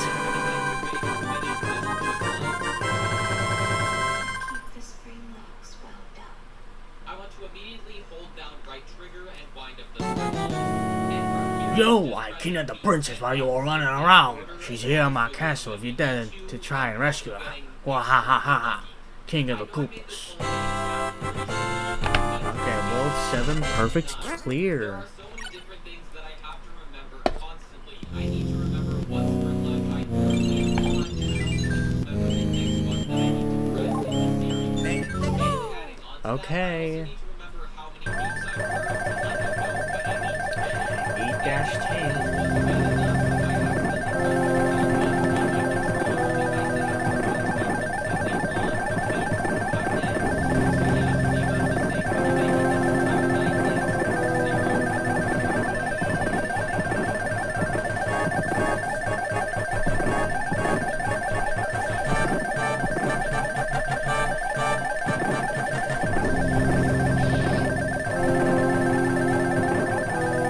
to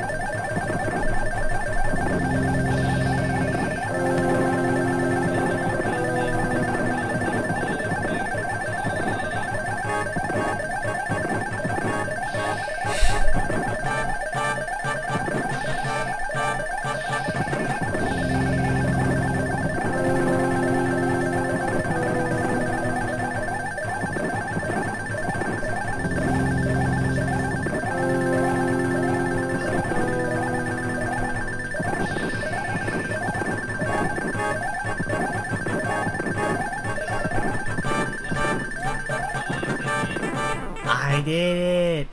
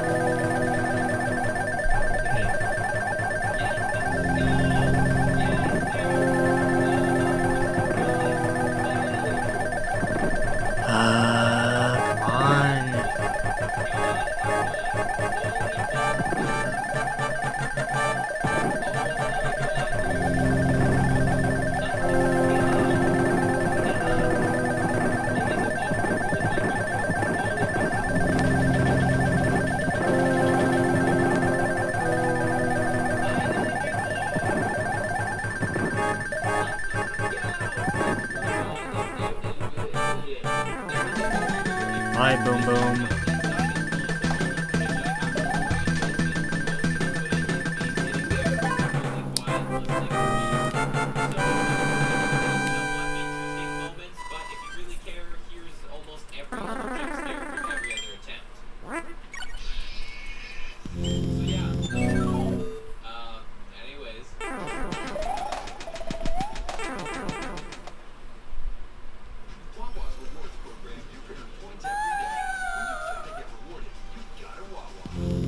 Okay, well that's definitely new.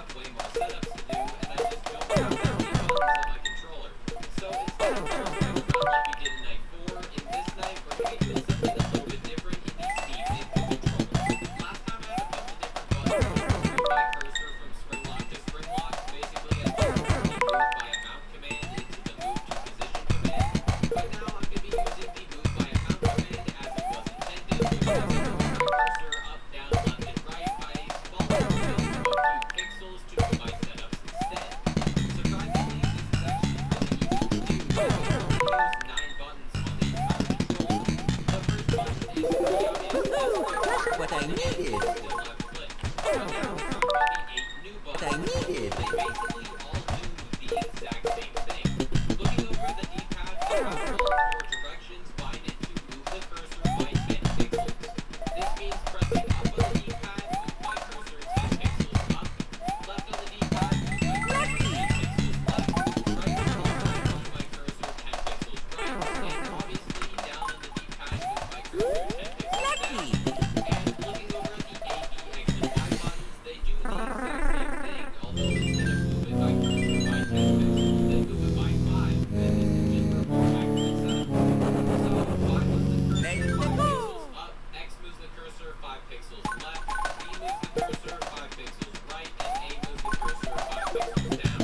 So now with all these movements combined, we can complete this night just like we did the first 3 nights. However, instead of changing setups, we can do setups. Yes! Now instead of doing hours of janky setups, all we have to do is memorize a ton of numbers and directions. Yeah, with all that said, I can finally start Now? talking about the new setups. And of course, we start off this night in the same place we started off every single night. The last one. Oh. To do all the remaining setups properly, we literally do the exact same things as in night 1, 2, and 3. However, this time instead of 8 airship.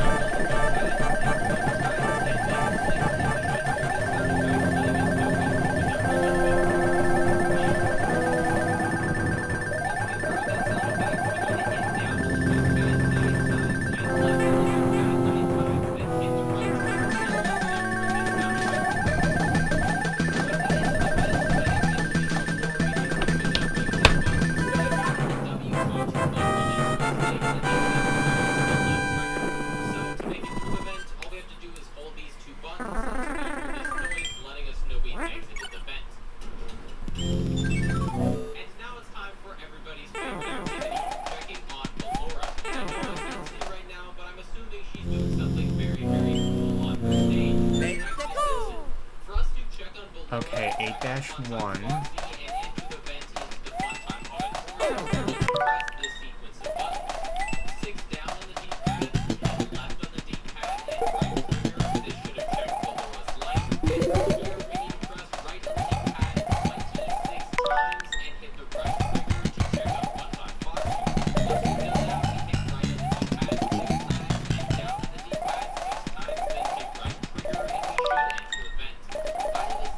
Whoa!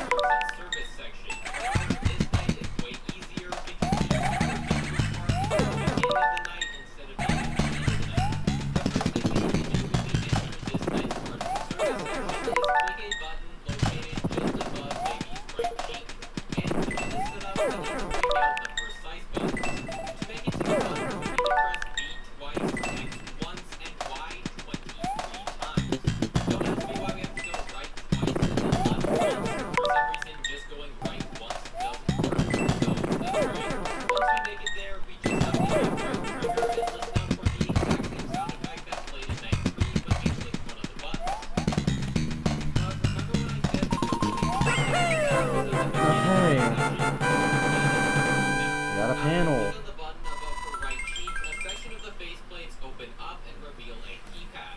And we're instructed by Baby that we need to enter a completely randomized 10-digit 8-2. keypad to retrieve a keycard. We're told by Baby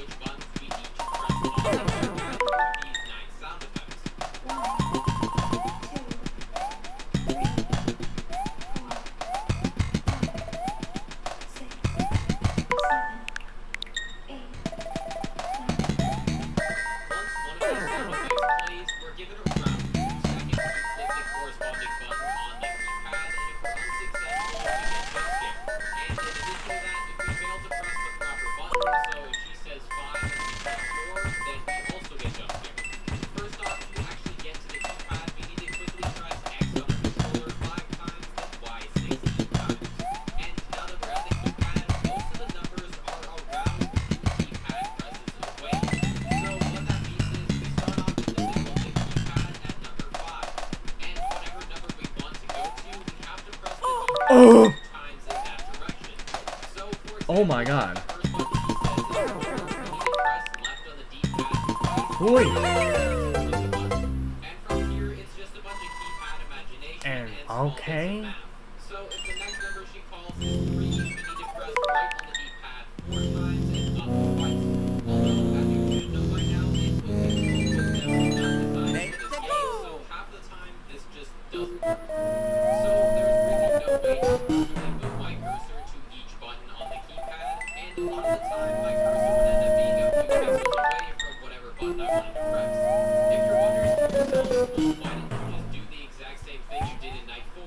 Have a button that teleports you to each number on the keypad? That's because the guy can't. The setting that I'm using in the input control will move my cursor by some pixels Just what I needed. some pixels in my direction. So that means to toggle I only need to have every single combination binded as a button. So I would need a button to teleport me from 1 to 2 and 1 to 3 and 1 to 4, etc.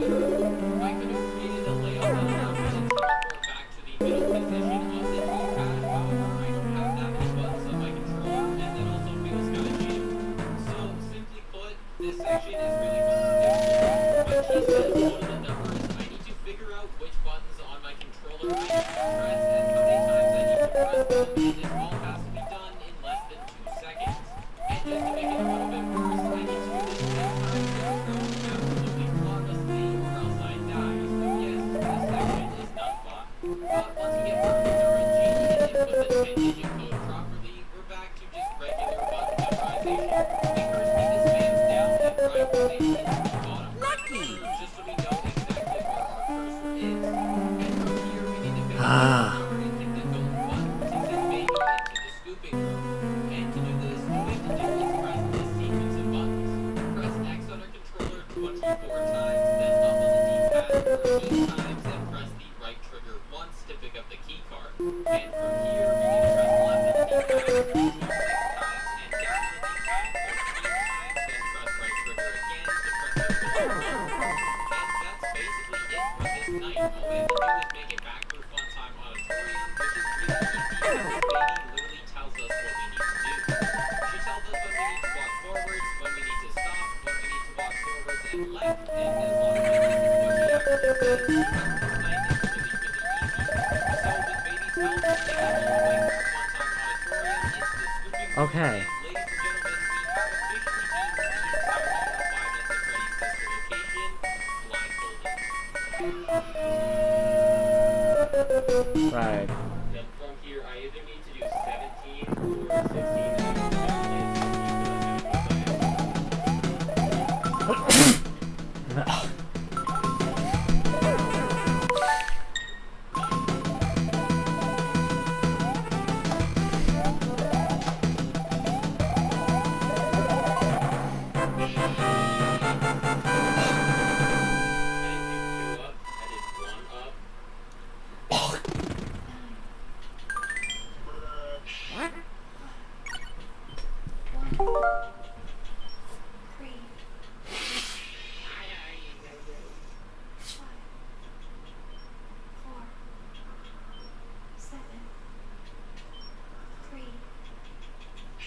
That's too far, dude. That's too far. You oh, you can't do that. You have to.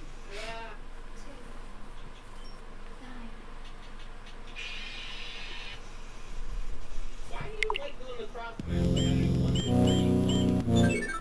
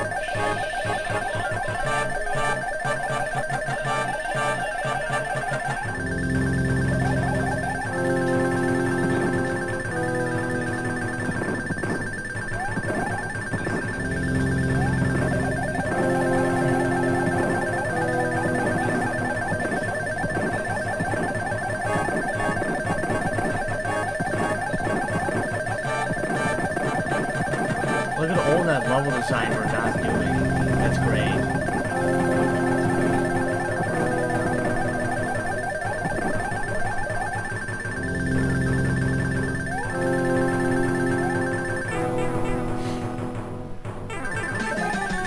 The last fight with Boom Boom.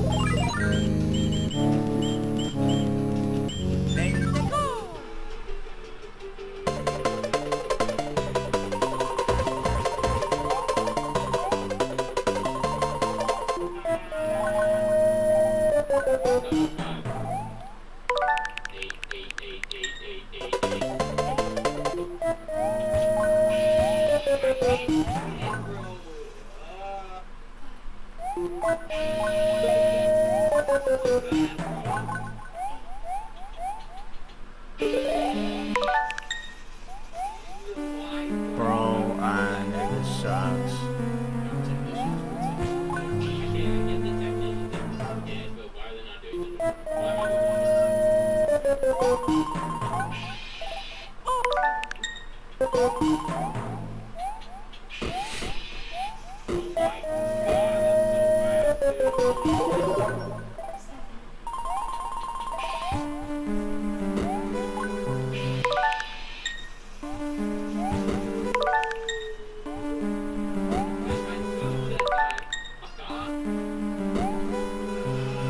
Oh.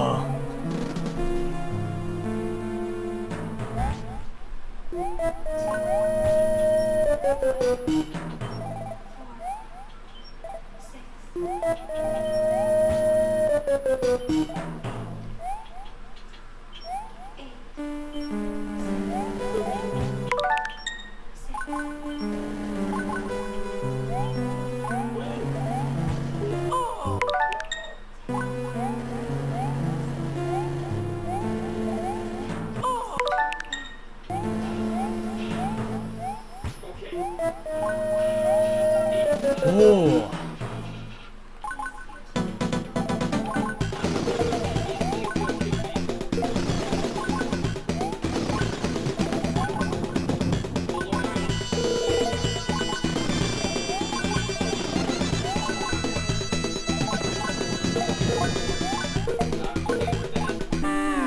Bye bye. Fully okay with getting scooped. Beautiful. Yes. Pretty sure this is a bad ending there, right? Yeah.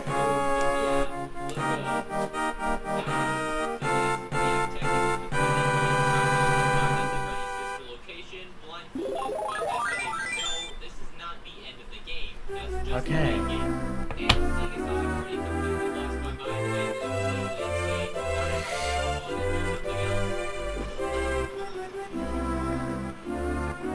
Thank you. Peach has a blessed return to all very much kingdoms. Thank you.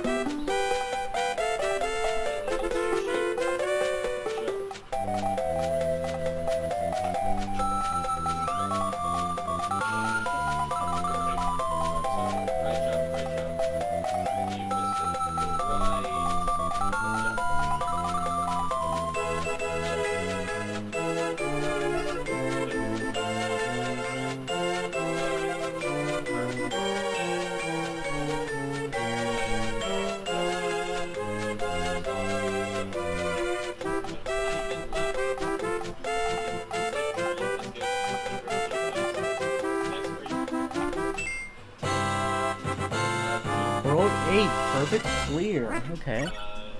Right half a second, then jump right.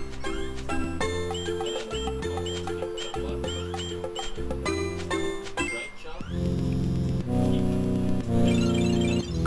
Done with this screen. Only want the one thing. Thanks for. Oh, level card. Okay, now that we're here.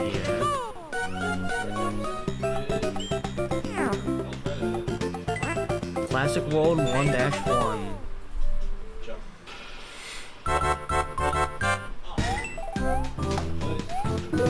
So these are the e-reader levels for Super Mario Advance 4, Super Mario Bros. 3.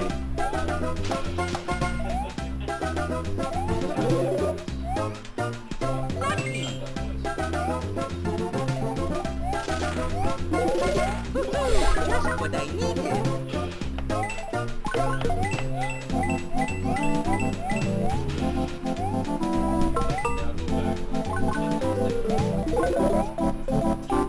Here I go.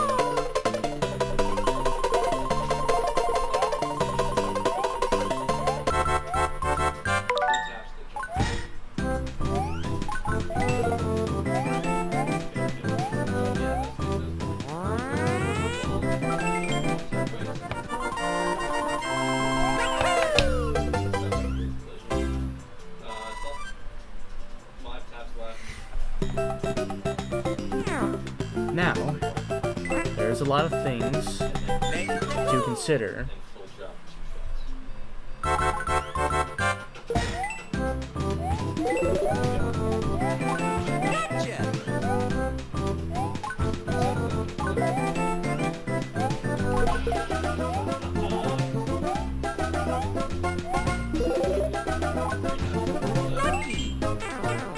A very important part of this is those. Those are, I don't know, I'm just gonna call them advanced coins. And each of these levels has at least one of them to collect. And we need to collect all of them.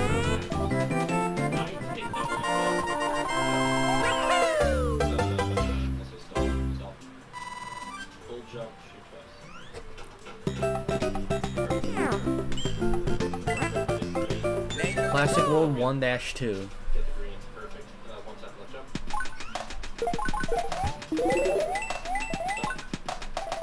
Gotcha. Good. Go right.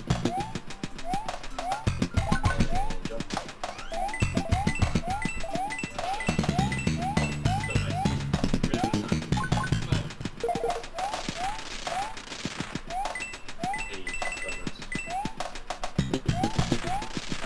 Really good.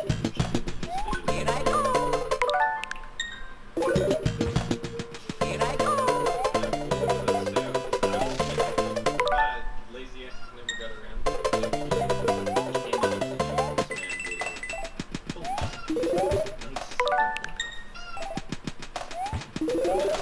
So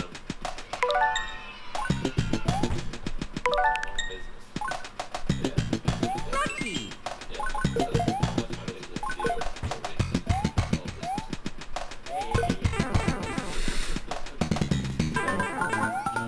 Bravo.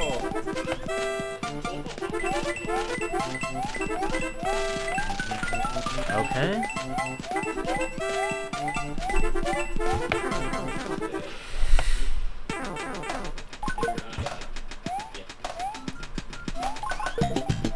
Oh my god, I don't.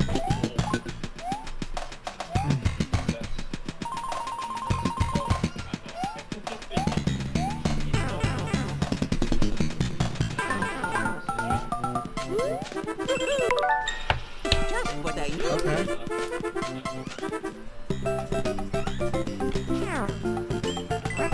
Classic World 1-3.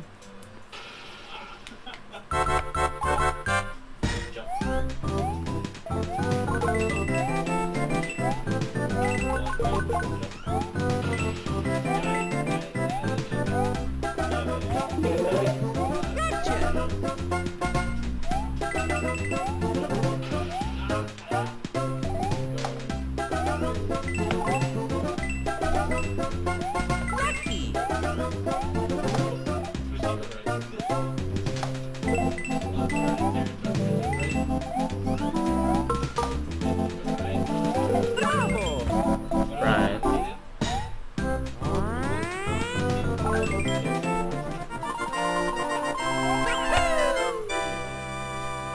So Austin, you trying to goon? No?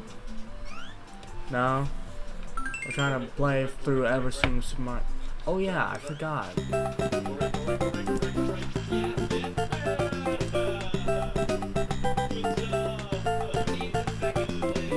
No.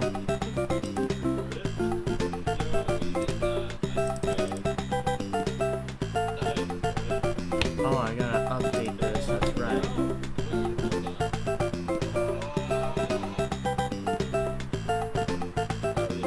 Or for that, no.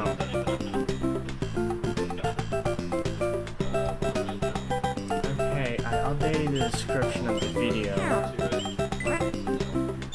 No. I'm not barking for daddy, no.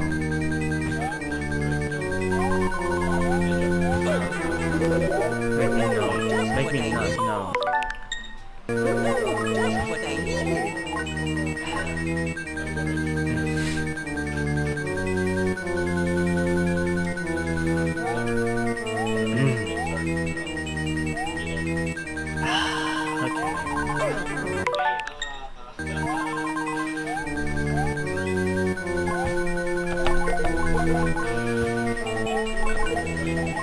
There we go.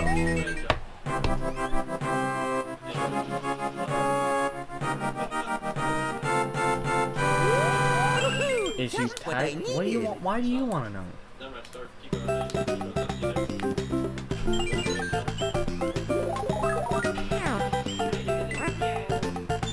Classic World 2-2.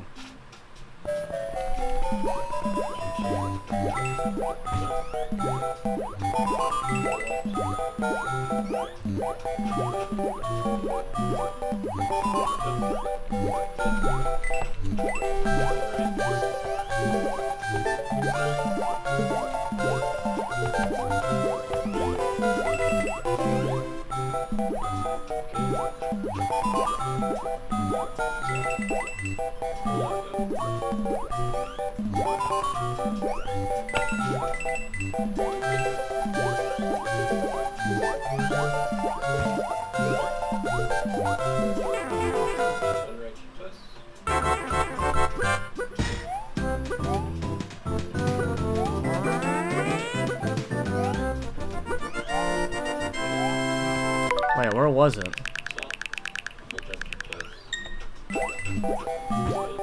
There it was.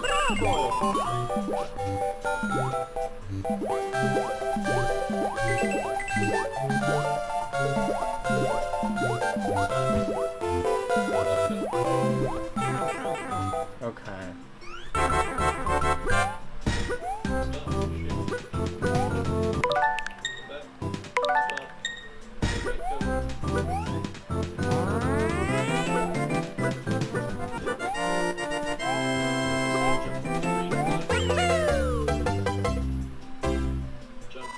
Right, okay.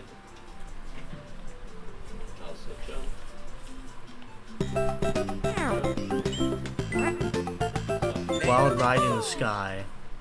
One right jump. One right jump. Jump right.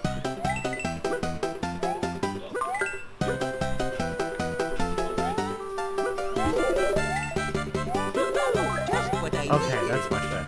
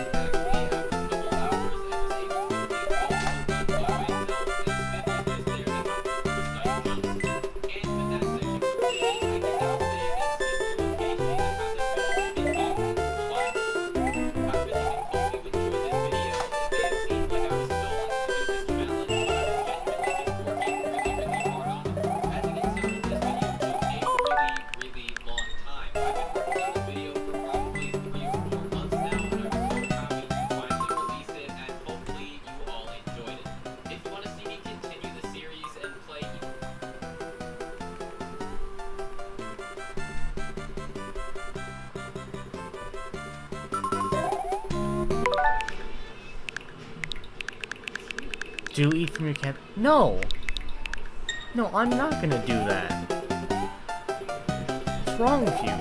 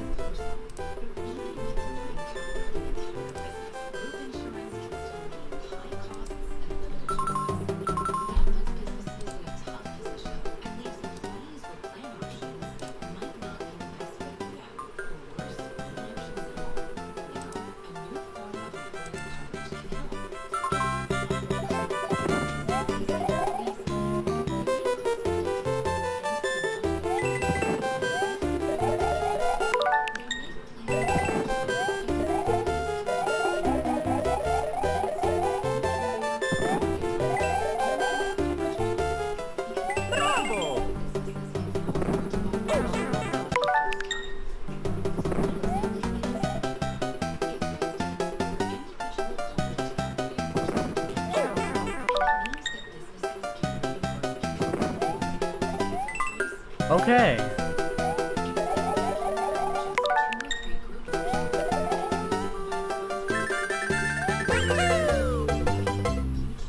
Off.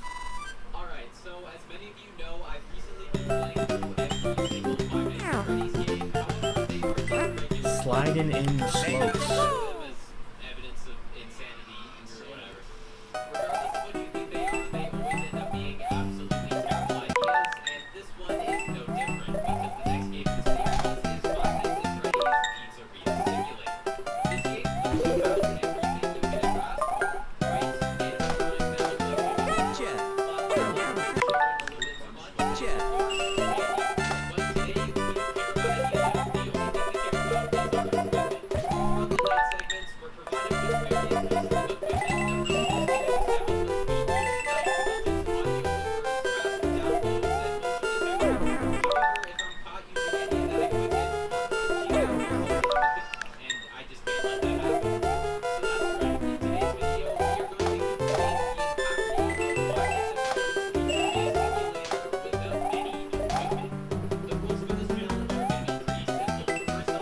Wait, what?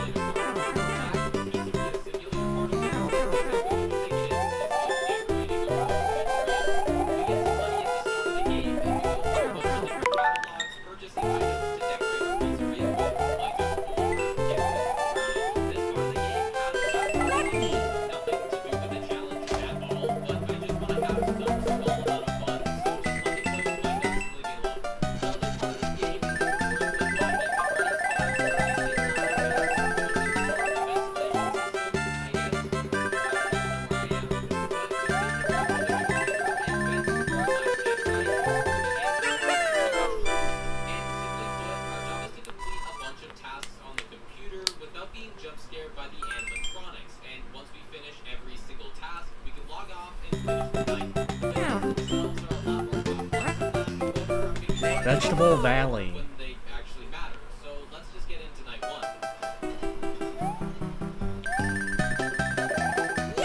One good thing I do want to say before we get into the actual night is if you want to see any of the proof for this dress, go over to my second channel, Chicken Gotcha. On the channel, we have every single successful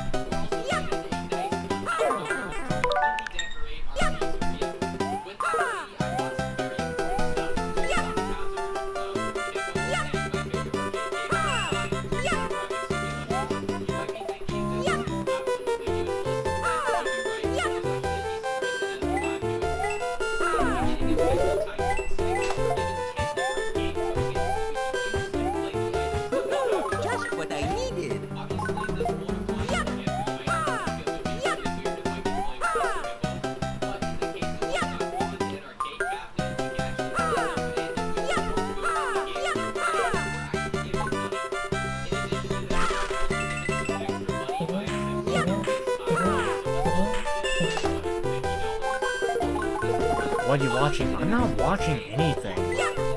I'm playing a video game.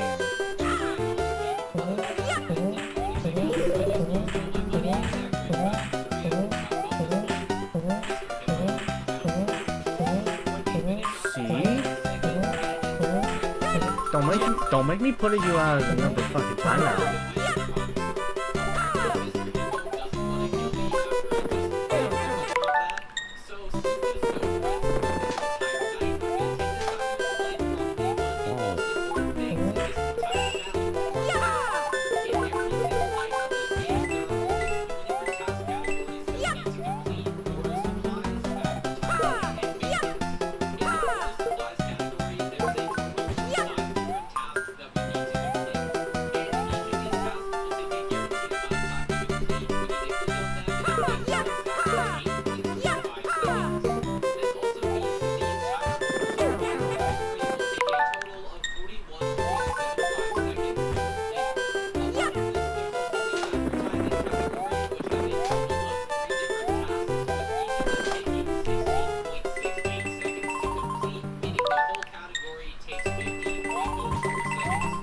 What do you mean?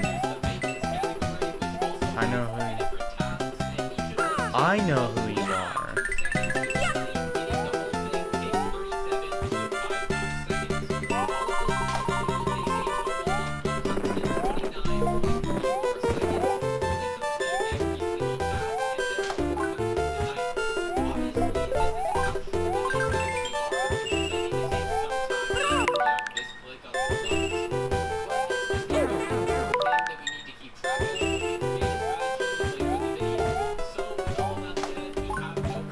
I'm not.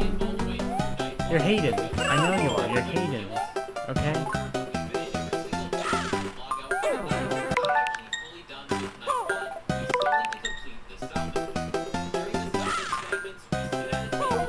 I'm not. My fucking bedroom. Okay?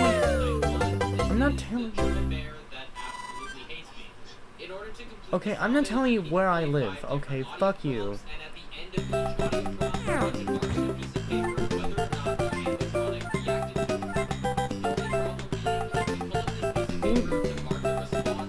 What do you mean, who that? What the fuck are you talking about? I'm the only person here.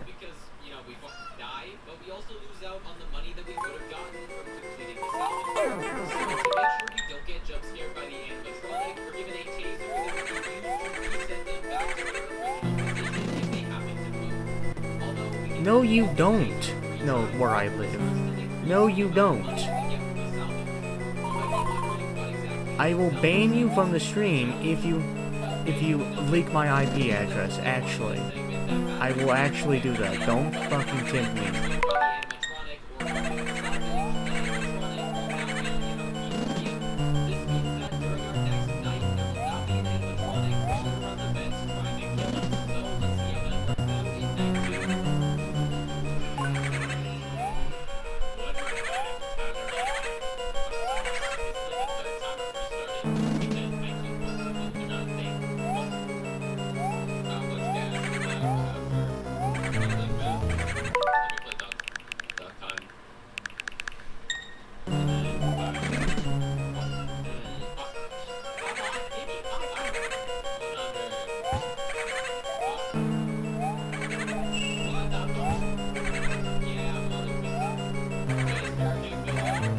Oh!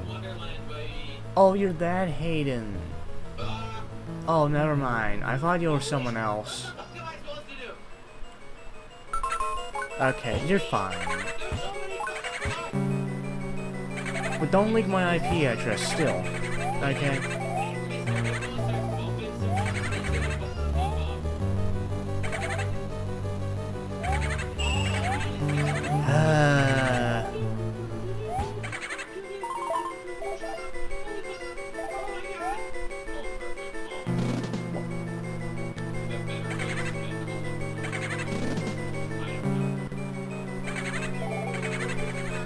Well, I'm sorry, okay?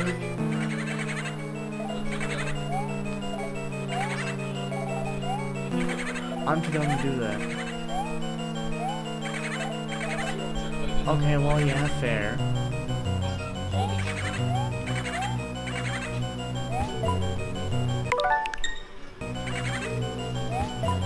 Oh my god.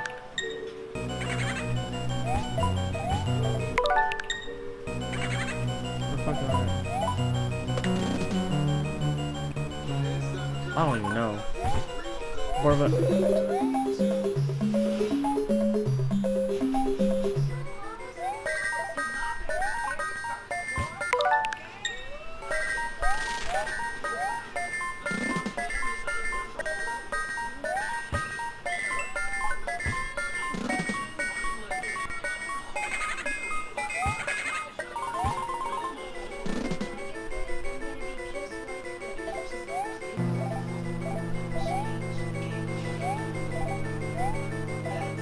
Ah!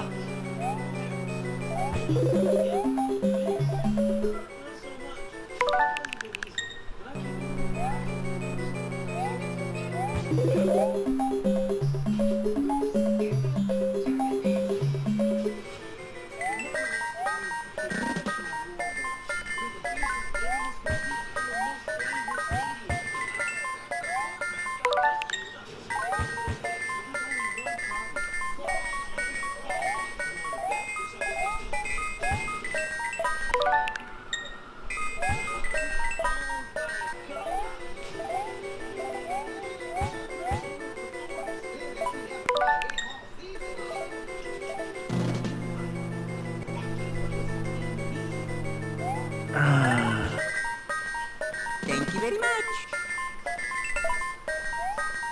Starting off night 2, we're going to instantly accept the next sponsorship, which is from Marty's Plungers for $500. After this, we're going to play Midnight Motorists a few more times until we get $550 so we can purchase the Carnival Loops arcade game. And now it's time for me to channel my inner LeBron James, because I am really good at this game. The reason as to why I'm playing this instead of Midnight Motorists is because if we end up getting 20 baskets in the 30-second time frame, then we will actually get a 5,000 point jackpot. And since we all know I'm gonna get the jackpot, you know, every single time, this ends up giving us more money.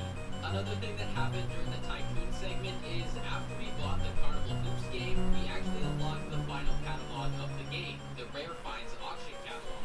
This catalog really isn't that significant because everything in it is way too expensive, but, you know, there's pickles.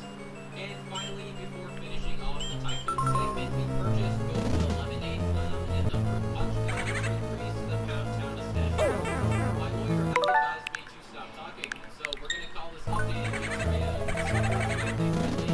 town. Starting off the night segment, there's one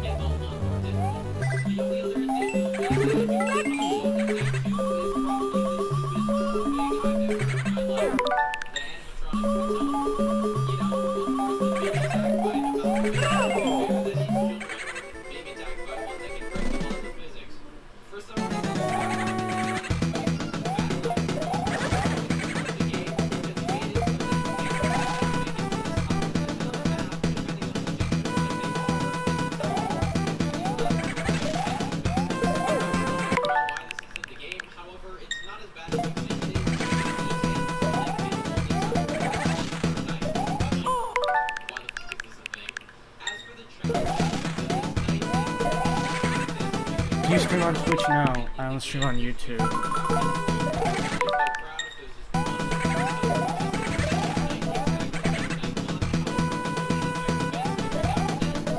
Oh my god.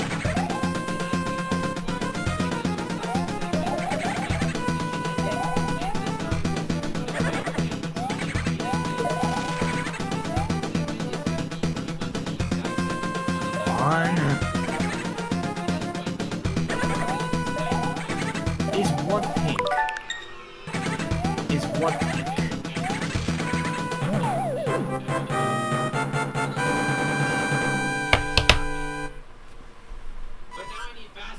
Brother, I don't know what I'm doing.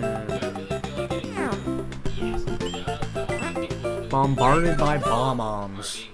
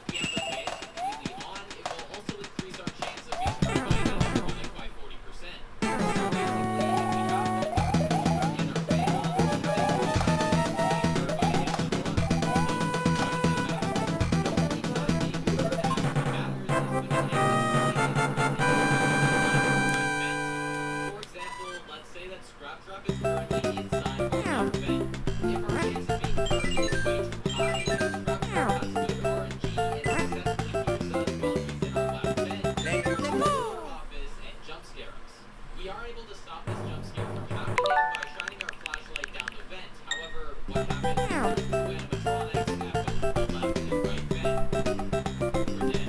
So instead, we need to make sure our chance of being hurt is really low because it's not only force us from being jump Magical scared, no but it will also blocks. force the animatronics away from us. This time, we just didn't need to use a flashlight. Pretty much, just the more noise we make, the higher chance we have of being jump scared. You know, it just don't make noise.